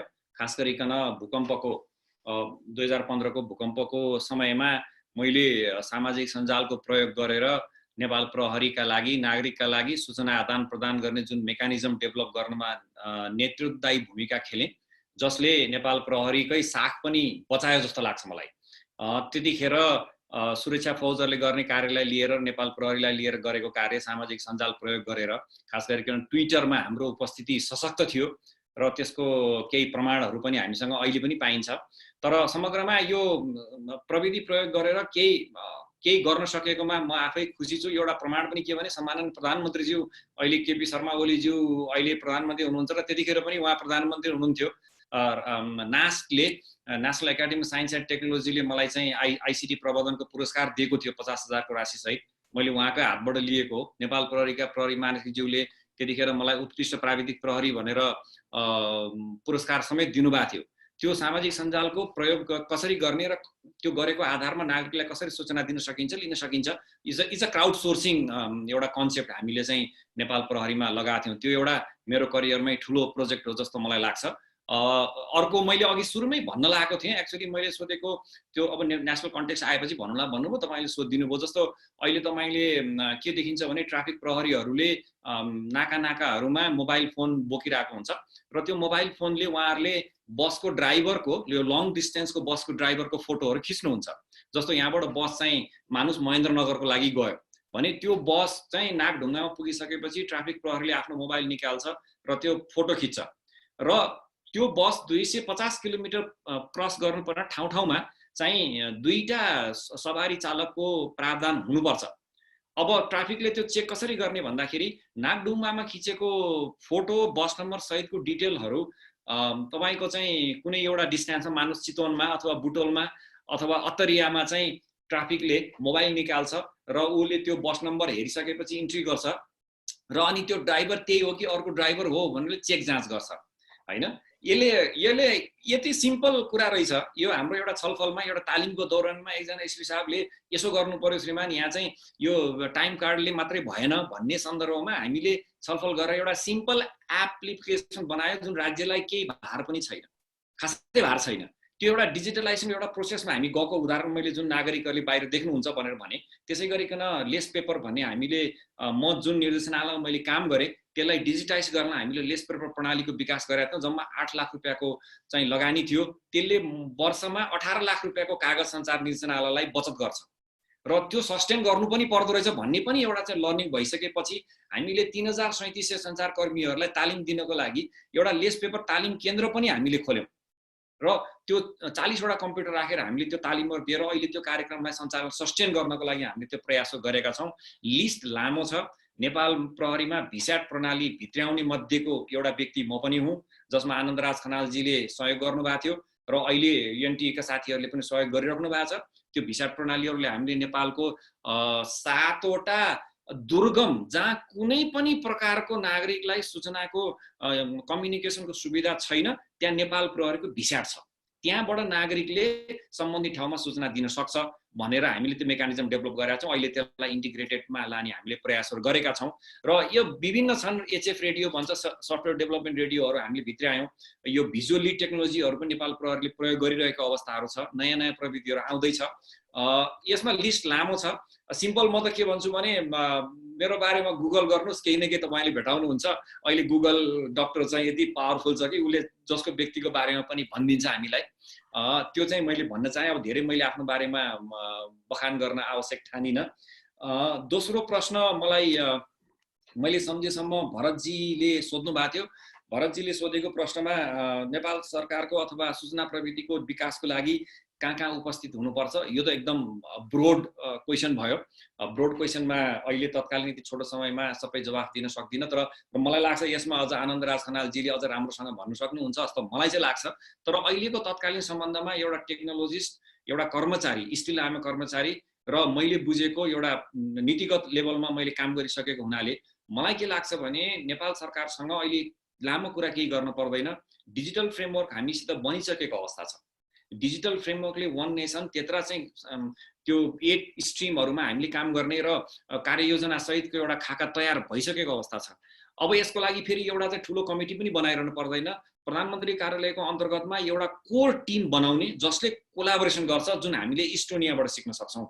त्यो टिमले कोलाबोरेट गरेर निकायहरुसँग सबैसँग कोअर्डिनेट गरेर त्यसलाई बिस्तारै चाहिँ विभिन्न नयाँको सहयोगमा लिएर जाने हो भने आगामी केही वर्षभित्र नै हामीले अहिले जुन एउटा चाहिँ गति छ त्यो भन्दा दोबर गति मोस्ट लाइकली हामीले लिन सक्छौं जस्तो मलाई चाहिँ लाग्छ। सोभित थापाजीले ट्रान्सफर्मेसनका कुरा ल्याउनु भो, एसडीजी सँग जोड्नु भो। म एसडीजी एक्सपर्ट त होइन, तर एसडीजी को एउटा फ्याक्टर मलाई मनपर्ने चाहिँ क्वालिटी एजुकेसनका कुरा हुन्, जहाँ म आफै पनि अहिले प्राध्यापनमा संलग्न भएको हुनाले मलाई लाग्छ मैले त लेखेकै छु, 3-4 वटा लेख लेखिसकेँ। हामी अनलाइन एजुकेसनमा जानु पर्यो भन्छौं, त्यसका लागि केही पूर्वाधारहरू पनि छौं, तर माहौल कस्तो बन्दैछ भने होइन अनलाइन एजुकेसनले अझ डिजिटल डिभाइड ल्याउँछ भन्ने चाहिँ कुराहरू आइरहेको अवस्था छ। हामीले बुझाउन सकेनौं भन्छु म। हामीले अनलाइन एजुकेसन भनेको यो 100% भर्चुअल एजुकेसन सिस्टम होइन। 85 लाख विद्यार्थीहरू स्कुल भन्दा बाहिर छन्। नेपालको संविधानले शिक्षालाई मौलिक हकको रूपमा दर्ज गरेको अवस्था छ भने how could we keep them outside the education system? This is totally wrong. We must find way to put those student engaged in education activities even during pandemic. हामीले सिकेनौं भन्छु म। भूकम्पको अवस्थामा हामी यहीबाट गुज्र्यौं, तर हामीले सिकेनौं भने हामीले अब के गर्नुपर्छ भने education even during crisis must go on, business continuity हुनुपर्छ भन्नेमा जान पर्यो। त्यसुनाले सकिनेलाई अनलाइनबाट गरौँ, सिंक्रोनस मोड हुन्छ, असिंक्रोनस मोड हुन्छ, हाइब्रिड प्रणाली हुन्छ। नसकिनेलाई रेडियो प्रयोग गरौँ, टिभी प्रणाली प्रयोग गरौँ, नेपाल हुलाक सेवा विभाग छ त्यसलाई परिचालन गरौँ। म त भन्छु electronics and communication engineering sector स्वयं आफैमा अहिले खुम्चिएको अवस्था छ। कम्प्युटर इन्जिनियरिङ सेक्टरको उसमा नेपाल सरकारले एउटा रेडियो बनाउने एउटा चाहिँ परियोजना ल्याउने र त्यसमा इलेक्ट्रोनिक जसले जागिर पाइरहेका छन्, इम्प्लोइमेन्ट पाइरहेका यिनले जानेका चाहिँ स्किलहरूलाई प्रवर्धन गर्ने अहिले यो जतिको राम्रो अपर्च्युनिटी कहिले आउला र? I'm really surprised. हामीले किन गरिरहेको छैनौँ भन्छु म। भनेपछि यत्रा इन्जिनियर साथीहरूले डिग्री लिनु भएको छ, काम कतिले चाहिँ अन्डर पेड जागिर खाइरहनु भएको छ। भनेपछि हामीलाई चाहिने प्रविधिको प्रयोगको लागि चाहिने बेसिक फन्डामेन्टल जुन महावीरजीले गरिरहनु भएको छ राज्यले पनि गर्न सक्छ नि त। खालि एउटा प्रवर्धन गरिदिने मेकानिजम बाटो खोलिदिने, हामी जस्ता मान्छेहरूलाई आउनुहोस् भन्नुहोस् न राज्यले, सरकारले, हामी त उपस्थित भइहाल्छौँ नि। भने सिम्पल 500 रुपियाँ बनाउने रेडियो बनाएर मारामार हामीले चाहिँ बाँडिदिने हो भने त्यो एजुकेसन शिक्षा दिन सक्दैनौँ। गाउँपालिका रामरोशन आसामको गाउँपालिकाले 70को टिलाठीले चाहिँ रेडियोमा प्रसारण गर्छ र फेसबुकमा इन्टिग्रेट गरेर फेसबुक मार्फत सूचना चाहिँ एसईका विद्यार्थीहरूलाई 3 वटा मेजर विषयमा पढाइरहेछ भने हामीले गर्न नसक्ने त होइन जस्तो मलाई लाग्छ। त्यसैले एजुकेसनमा this is the right time. अघि नमजीले एकदम एम्फसाइजली क्याटेगोरिकली भनिसक्नु भएको छ, आनन्दजीले पनि त्यही कुरालाई पिन पोइन्ट गर्नु भएको छ।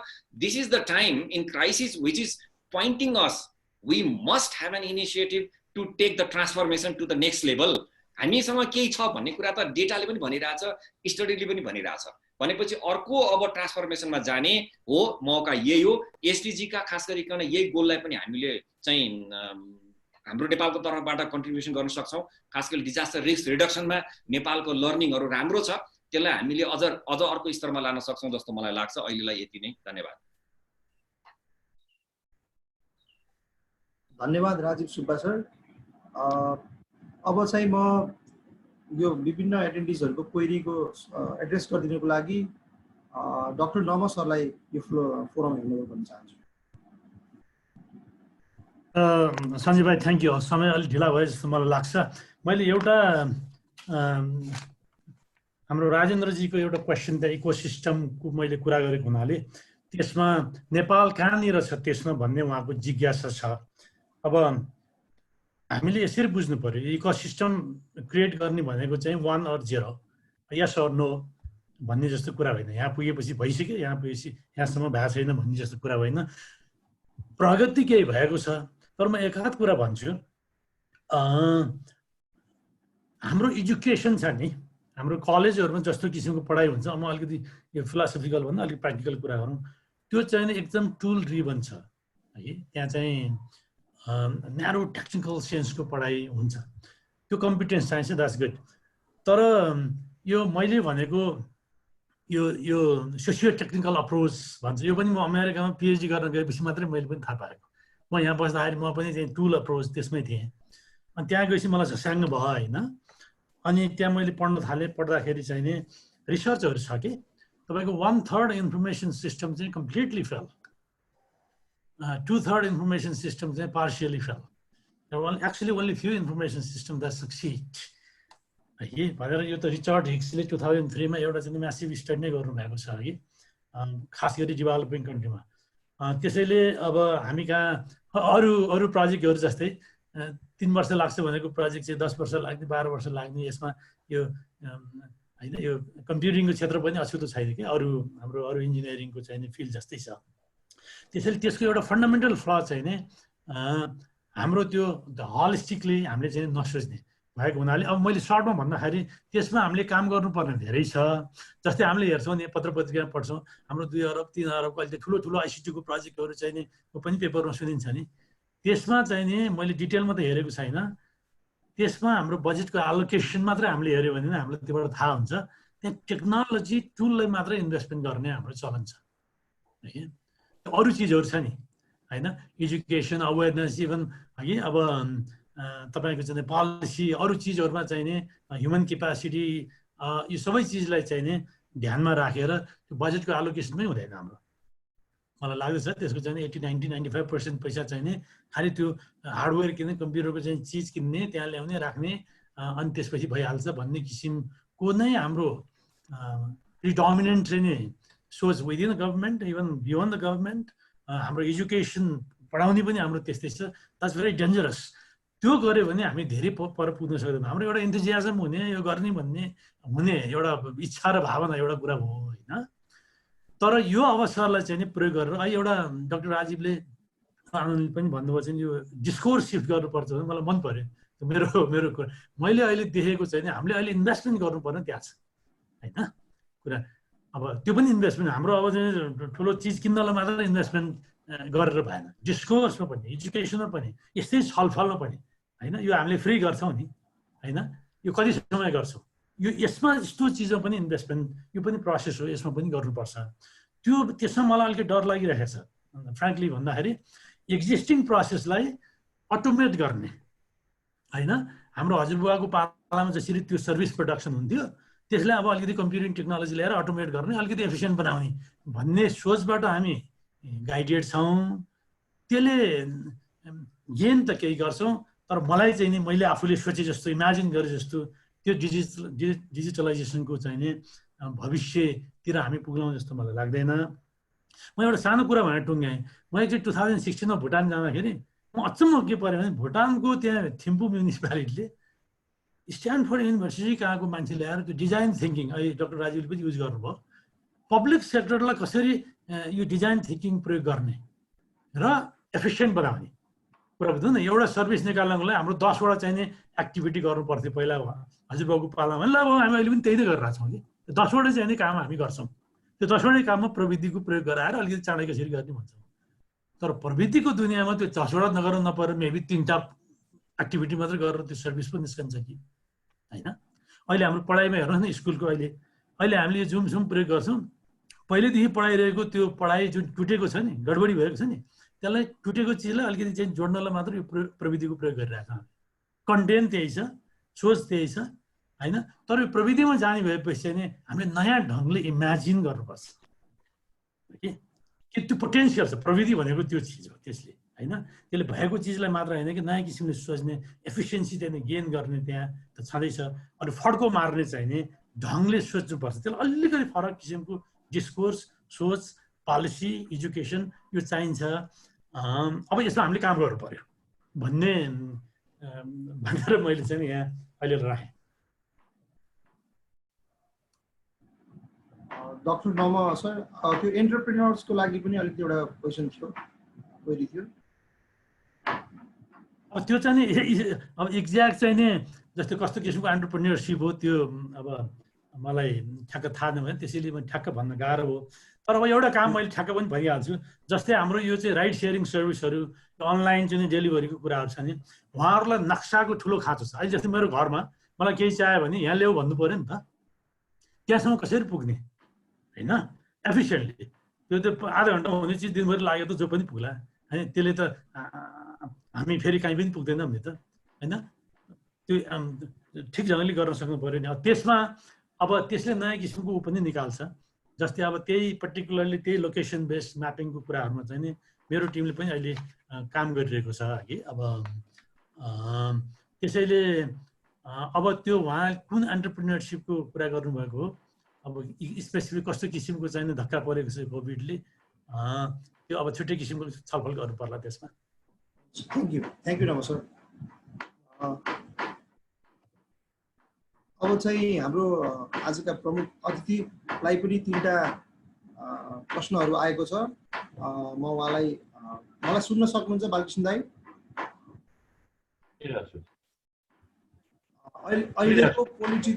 अहिलेको पोलिटिकल र ब्युरोक्रेसीको अवस्थाले डिजिटल नेपाल बन्न सम्भव छ त भनेर हाम्रो सरोज धिकालज्यूले सोधिराख्नु भएको छ। त्यसै गरी क्षितिज सिंह ठकुरी भाइज्यूले पनि पोलिटिकल लेभलबाट डिजिटलाइजेसनमा जान के कस्तो पोलिसी मेकिङ रोल खेल्न सकिन्छ भनेर सोध्नु भएको। त्यस्तै गरी इन्जिनियर हरिनारायण यादवजीले is Nepali Congress party have ICT policy committee, how it is formed and what are its role for addressing new technology for sustainable development भन्नुभएको छ। उहाँको तीन जनाकै प्रश्न को कृपया सम्बोधन गरिदिन यो फोरम तपाईलाई म हस्तान्तरण गर्न चाहन्छु।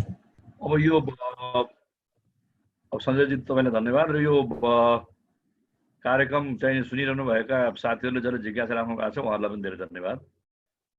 अब अहिलेको जुन खालको स्थितिको हामीले सामना गरिरहेका छौँ र हामी सबैले आफ्नो सोचमा परिवर्तन ल्याउनु जरुरी छ। र अघि हाम्रो विज्ञ साथीहरूले भने जस्तै अब यो डिजिटल प्रविधिलाई हामीले चाहिँ नि बढीभन्दा बढी कसरी प्रयोग गर्ने र यो एउटा मैले अघि पनि भने जतिखेर मोबाइल हामीले नेपालमा प्रयोग गर्यौं त्यतिखेर त्यो मोबाइल चाहिँ नि एउटा साधारण या धेरै नै हुने खाने र सम्पन्न मान्छेहरूको लागि मात्रै साधन थियो। मोबाइलमा टेलिफोन आउँदाखेरि पनि 10 रुपैयाँ तिर्नु पर्थ्यो, आउटगोइङ पनि चार्ज तिर्नु पर्थ्यो। तर अहिले मोबाइल टेलिफोन चाहिँ नि एउटा जीवन पद्धतिको एउटा अभिन्न अङ्ग भइसकेको छ। त्यस्तै नै यो डिजिटल चाहिँ प्रविधिलाई प्रयोग गर्नको लागि पनि हामीलाई एउटा अभिन्न अङ्ग भइसक्यो।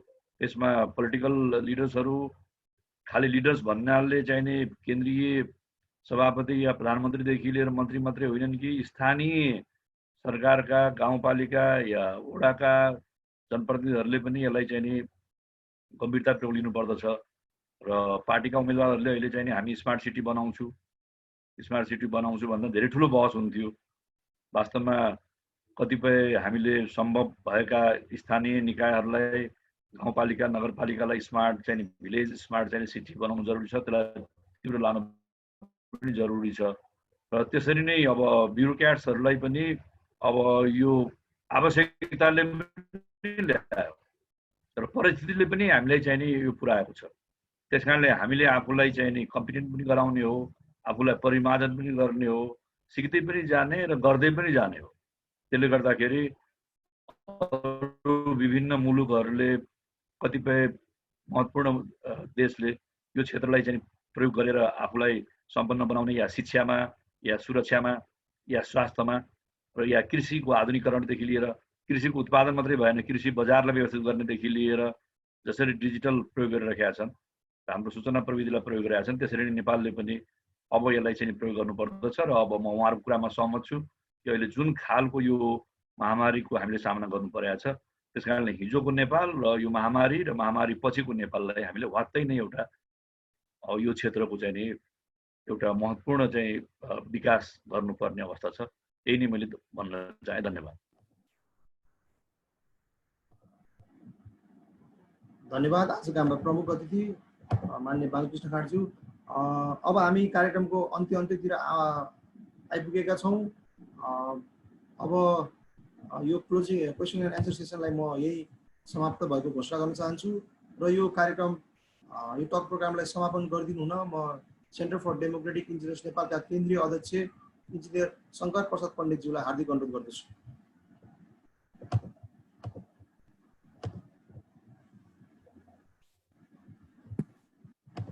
आदरणीय बालकृष्ण खण्डदाई जो हाम्रो यस कार्यक्रमको प्रमुख अतिथि हुनुहुन्छ, त्यसै गरी रिसोर्स पर्सनहरूमा एक्सपर्ट डाक्टर नमा बुढाथोकी, डाक्टर राजीव सुब्बा र नेपाल टेलिकमको डाइरेक्टर इन्जिनियर आनन्दराज खनाल ज्यू, सिडेन एक्जिक्युटिभ कमिटीका साथीहरू, प्रोभिन्स कमिटीका साथीहरू र उपस्थित सम्पूर्ण सहभागी मित्रहरू र यस महामारीको अवस्थामा हामी इन्जिनियरहरू प्रबुद्ध वर्ग भएको नाताले विभिन्न कार्यक्रमहरू गरिरहेका छौँ। हाम्रा प्रोभिन्स कमिटीले विभिन्न प्रोग्रामहरू गरेका छौँ, सेन्ट्रल कमिटीले विभिन्न प्रोग्राम गरेको छ र यो प्रोग्राम पनि आज सेकेन्ड प्रोग्राम छ हाम्रो यो टपिक्समा।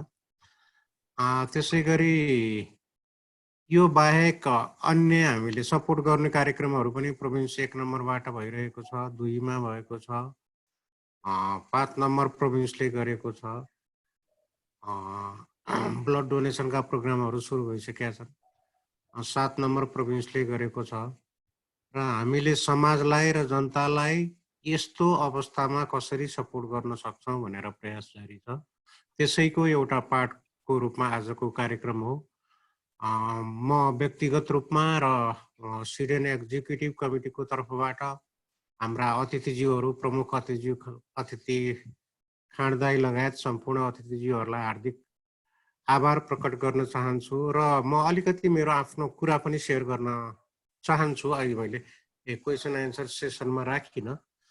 यो सुदूरपश्चिम प्रोभिन्स र बागमती प्रोभिन्सको हाम्रो प्रोग्राम टक प्रोग्रामहरू टाइपको प्रोग्रामहरू चलिरहेछ।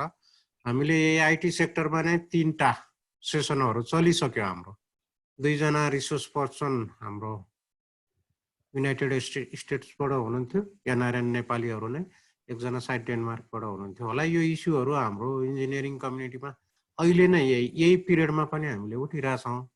सबैतिरको समस्या के छ भने हामीले यहाँ भएन भन्ने कुराहरू आइरहेछ, वास्तवमा भएको पनि छैन। खाँडदाईले भने जस्तै अब हाम्रो प्रायोरिटी यो सेक्टर हो भनेर हामीले बुझाउनु पर्ने भएको छ सबै पक्षमा, विशेष गरी डिसिजन मेकिङमा, चाहे त्यो पोलिटिकल पार्टमा साइडमा होस् चाहे ब्युरोक्रेटिक साइडमा होस्। किनभने हाम्रो लिमिटेड रिसोर्स भएको कन्ट्री भएको हुनाले हाम्रो प्रायोरिटी सबैलाई प्रेसर पनि के छ भने पूर्वाधारमा छ। पूर्वाधार भनेको रोड हो, सिँचाइ हो, खानेपानी हो अथवा बिल्डिङहरू होला। पब्लिकको डिमान्ड पनि तिनै सेक्टरहरूमा लगानी गर्नको लागि हुन्छ र पोलिटिकल पर्सनहरू अटोमेटिकल्ली पिपुलको भर्सनमा जानु नै पर्ने हुन्छ। र हामी प्रोफेसनलहरूले, एक्सपर्टहरूले, अघि हाम्रो एक्सपर्ट सरहरूले कुरा गर्नुभयो, लबिङ गर्नुपर्छ। आनन्द भाइले भन्नुभएको थियो हाम्रो पोलिसी एक्टहरू हामीले प्रस्ताव गरेको कति भइसक्यो, अहिलेसम्म आउन सकेन भन्ने छ। अब हाम्रो यो नयाँ सेक्टर भएको हुनाले हामीले लबिङ गर्नु पर्यो, कन्भिन्स गर्नु पर्यो, लगातार लागिराख्नु पर्यो। किनभने हाम्रो देशमा डिसिजनहरू यसरी नै हुन्छ। हामी हाम्रो देशको भन्दा बाहिर गएर डिसिजन गराउन पनि सक्दैनौँ, एउटा कुरा। अर्को कुरा, जहिले पनि अहिले नै बजेट बनाउने बेलाको कुरा चलिरहेछ। अहिले पनि प्रेसर नै छ कि रोडमा हाल्ने कि राष्ट्रिय गौरवको आयोजनालाई हाल्ने कि भन्नेतिरै प्रेसर हुन्छ, सबैको डिमान्ड पनि त्यही हुन्छ। र आइटी सेक्टर डेभलपमेन्ट गर्नु पर्यो भन्ने चाहिँ सेकेन्डरी कुरा भइरहेको हुन्छ सबैलाई। र नयाँ सब्जेक्ट नै भन्नुपर्छ अरू कुराहरूको तुलनामा। हुन त धेरै वर्ष भइसक्यो हामी यो सेक्टरमा छिरेको। हामीले लबिङ गर्नु पर्यो। साइबर सेक्युरिटीको कुराहरू आएको छ, प्रत्येक सेसनहरूमा साइबर सेक्युरिटीको कुराहरू एकदम स्ट्रिक्टली आइरहेछ। अहिले कुरा पनि आयो, साइबर सेक्युरिटी भनेको नेसनल सेक्युरिटी बनाउनुपर्छ भन्ने कुराहरू हो। बनाउनु पर्छ, बनाउनको लागि के गर्नु पर्यो त? अब आनन्द सरहरूले टिम डे अथवा हाम्रो एसोसिएसनलाई भन्ने हो कि पर्सनल कुराकानीमा भन्ने हो कि एउटा हाई लेभल टिम बनाउने हो कि अहिलेका इन्स्टिट्युसनहरूले काम गरेनन् भने प्रधानमन्त्रीको सिधै अन्डरमा राखेर उच्च स्तरीय अधिकार सम्पन्न बोर्ड काउन्सिल के भन्ने हो।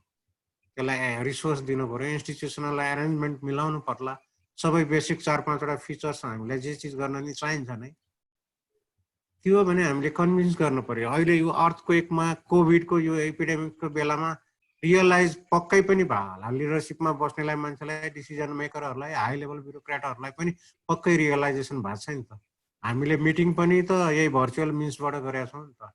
जसले जति कुरा गरे पनि त अब वर्ल्डको ट्रेन्ड नै भर्चुअलिटीमा गइरहेछ नि, यो कोभिड होस् कि नहोस्, बिजनेस नै भर्चुअलिटीमा गइरहेछ नि। आइटी सेक्टरलाई त कसैले डिनाइ गर्न सक्दैन। हाम्रो एकदमै जस्तो स्क्यान्डिनेभियन कन्ट्रीहरूमा एकदमै राम्रो भाषा भन्ने कुरा गर्नुभयो डाक्टर राजीव सुब्बाज्यूले, ठिक छ, उनीहरूले के गरेका छन् हामीले यहाँ पनि लबिङ गर्नु पर्यो।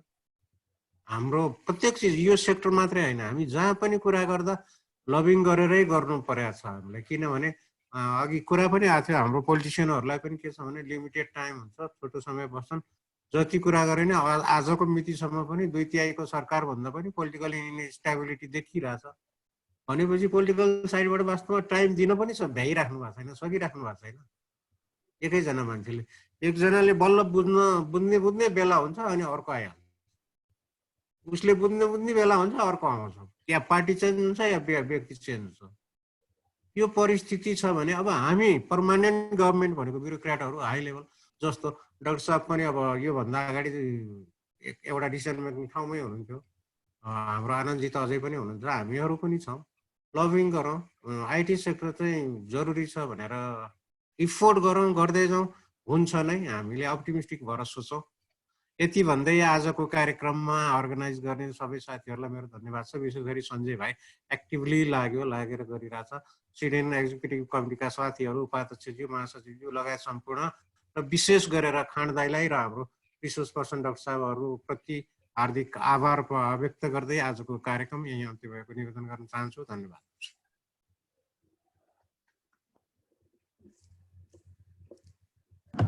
लाइभ स्ट्रिमिङ चाहिँ सक्यो है त? हस् ल, थ्याङ्क यू सञ्जय भाइ, सबैजनालाई नमस्कार, ल स्टे सेफ।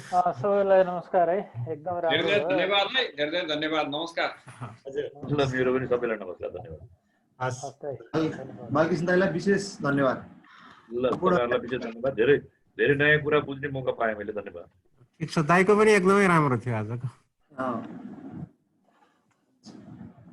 अलिक छलफल गर्नु पर्यो दाइ, बसेर गरौँला, एकपल्ट प्रोग्रामै राखौँला। यस्तै जुममा त अहिले जति गरे नि भयो, सेक्युरिटी त छैन के अरे होइन, यो त अब गइहाल्यो। हिजो उसले भन्दै थियो कि हाम्रो के सुवेदी, रामहरि सुवेदीले, उसको प्रेजेन्टेसनमा अब हामी नेपालमा जति कुरा गरे नि साइबर सेक्युरिटीलाई अलिकति फोकसै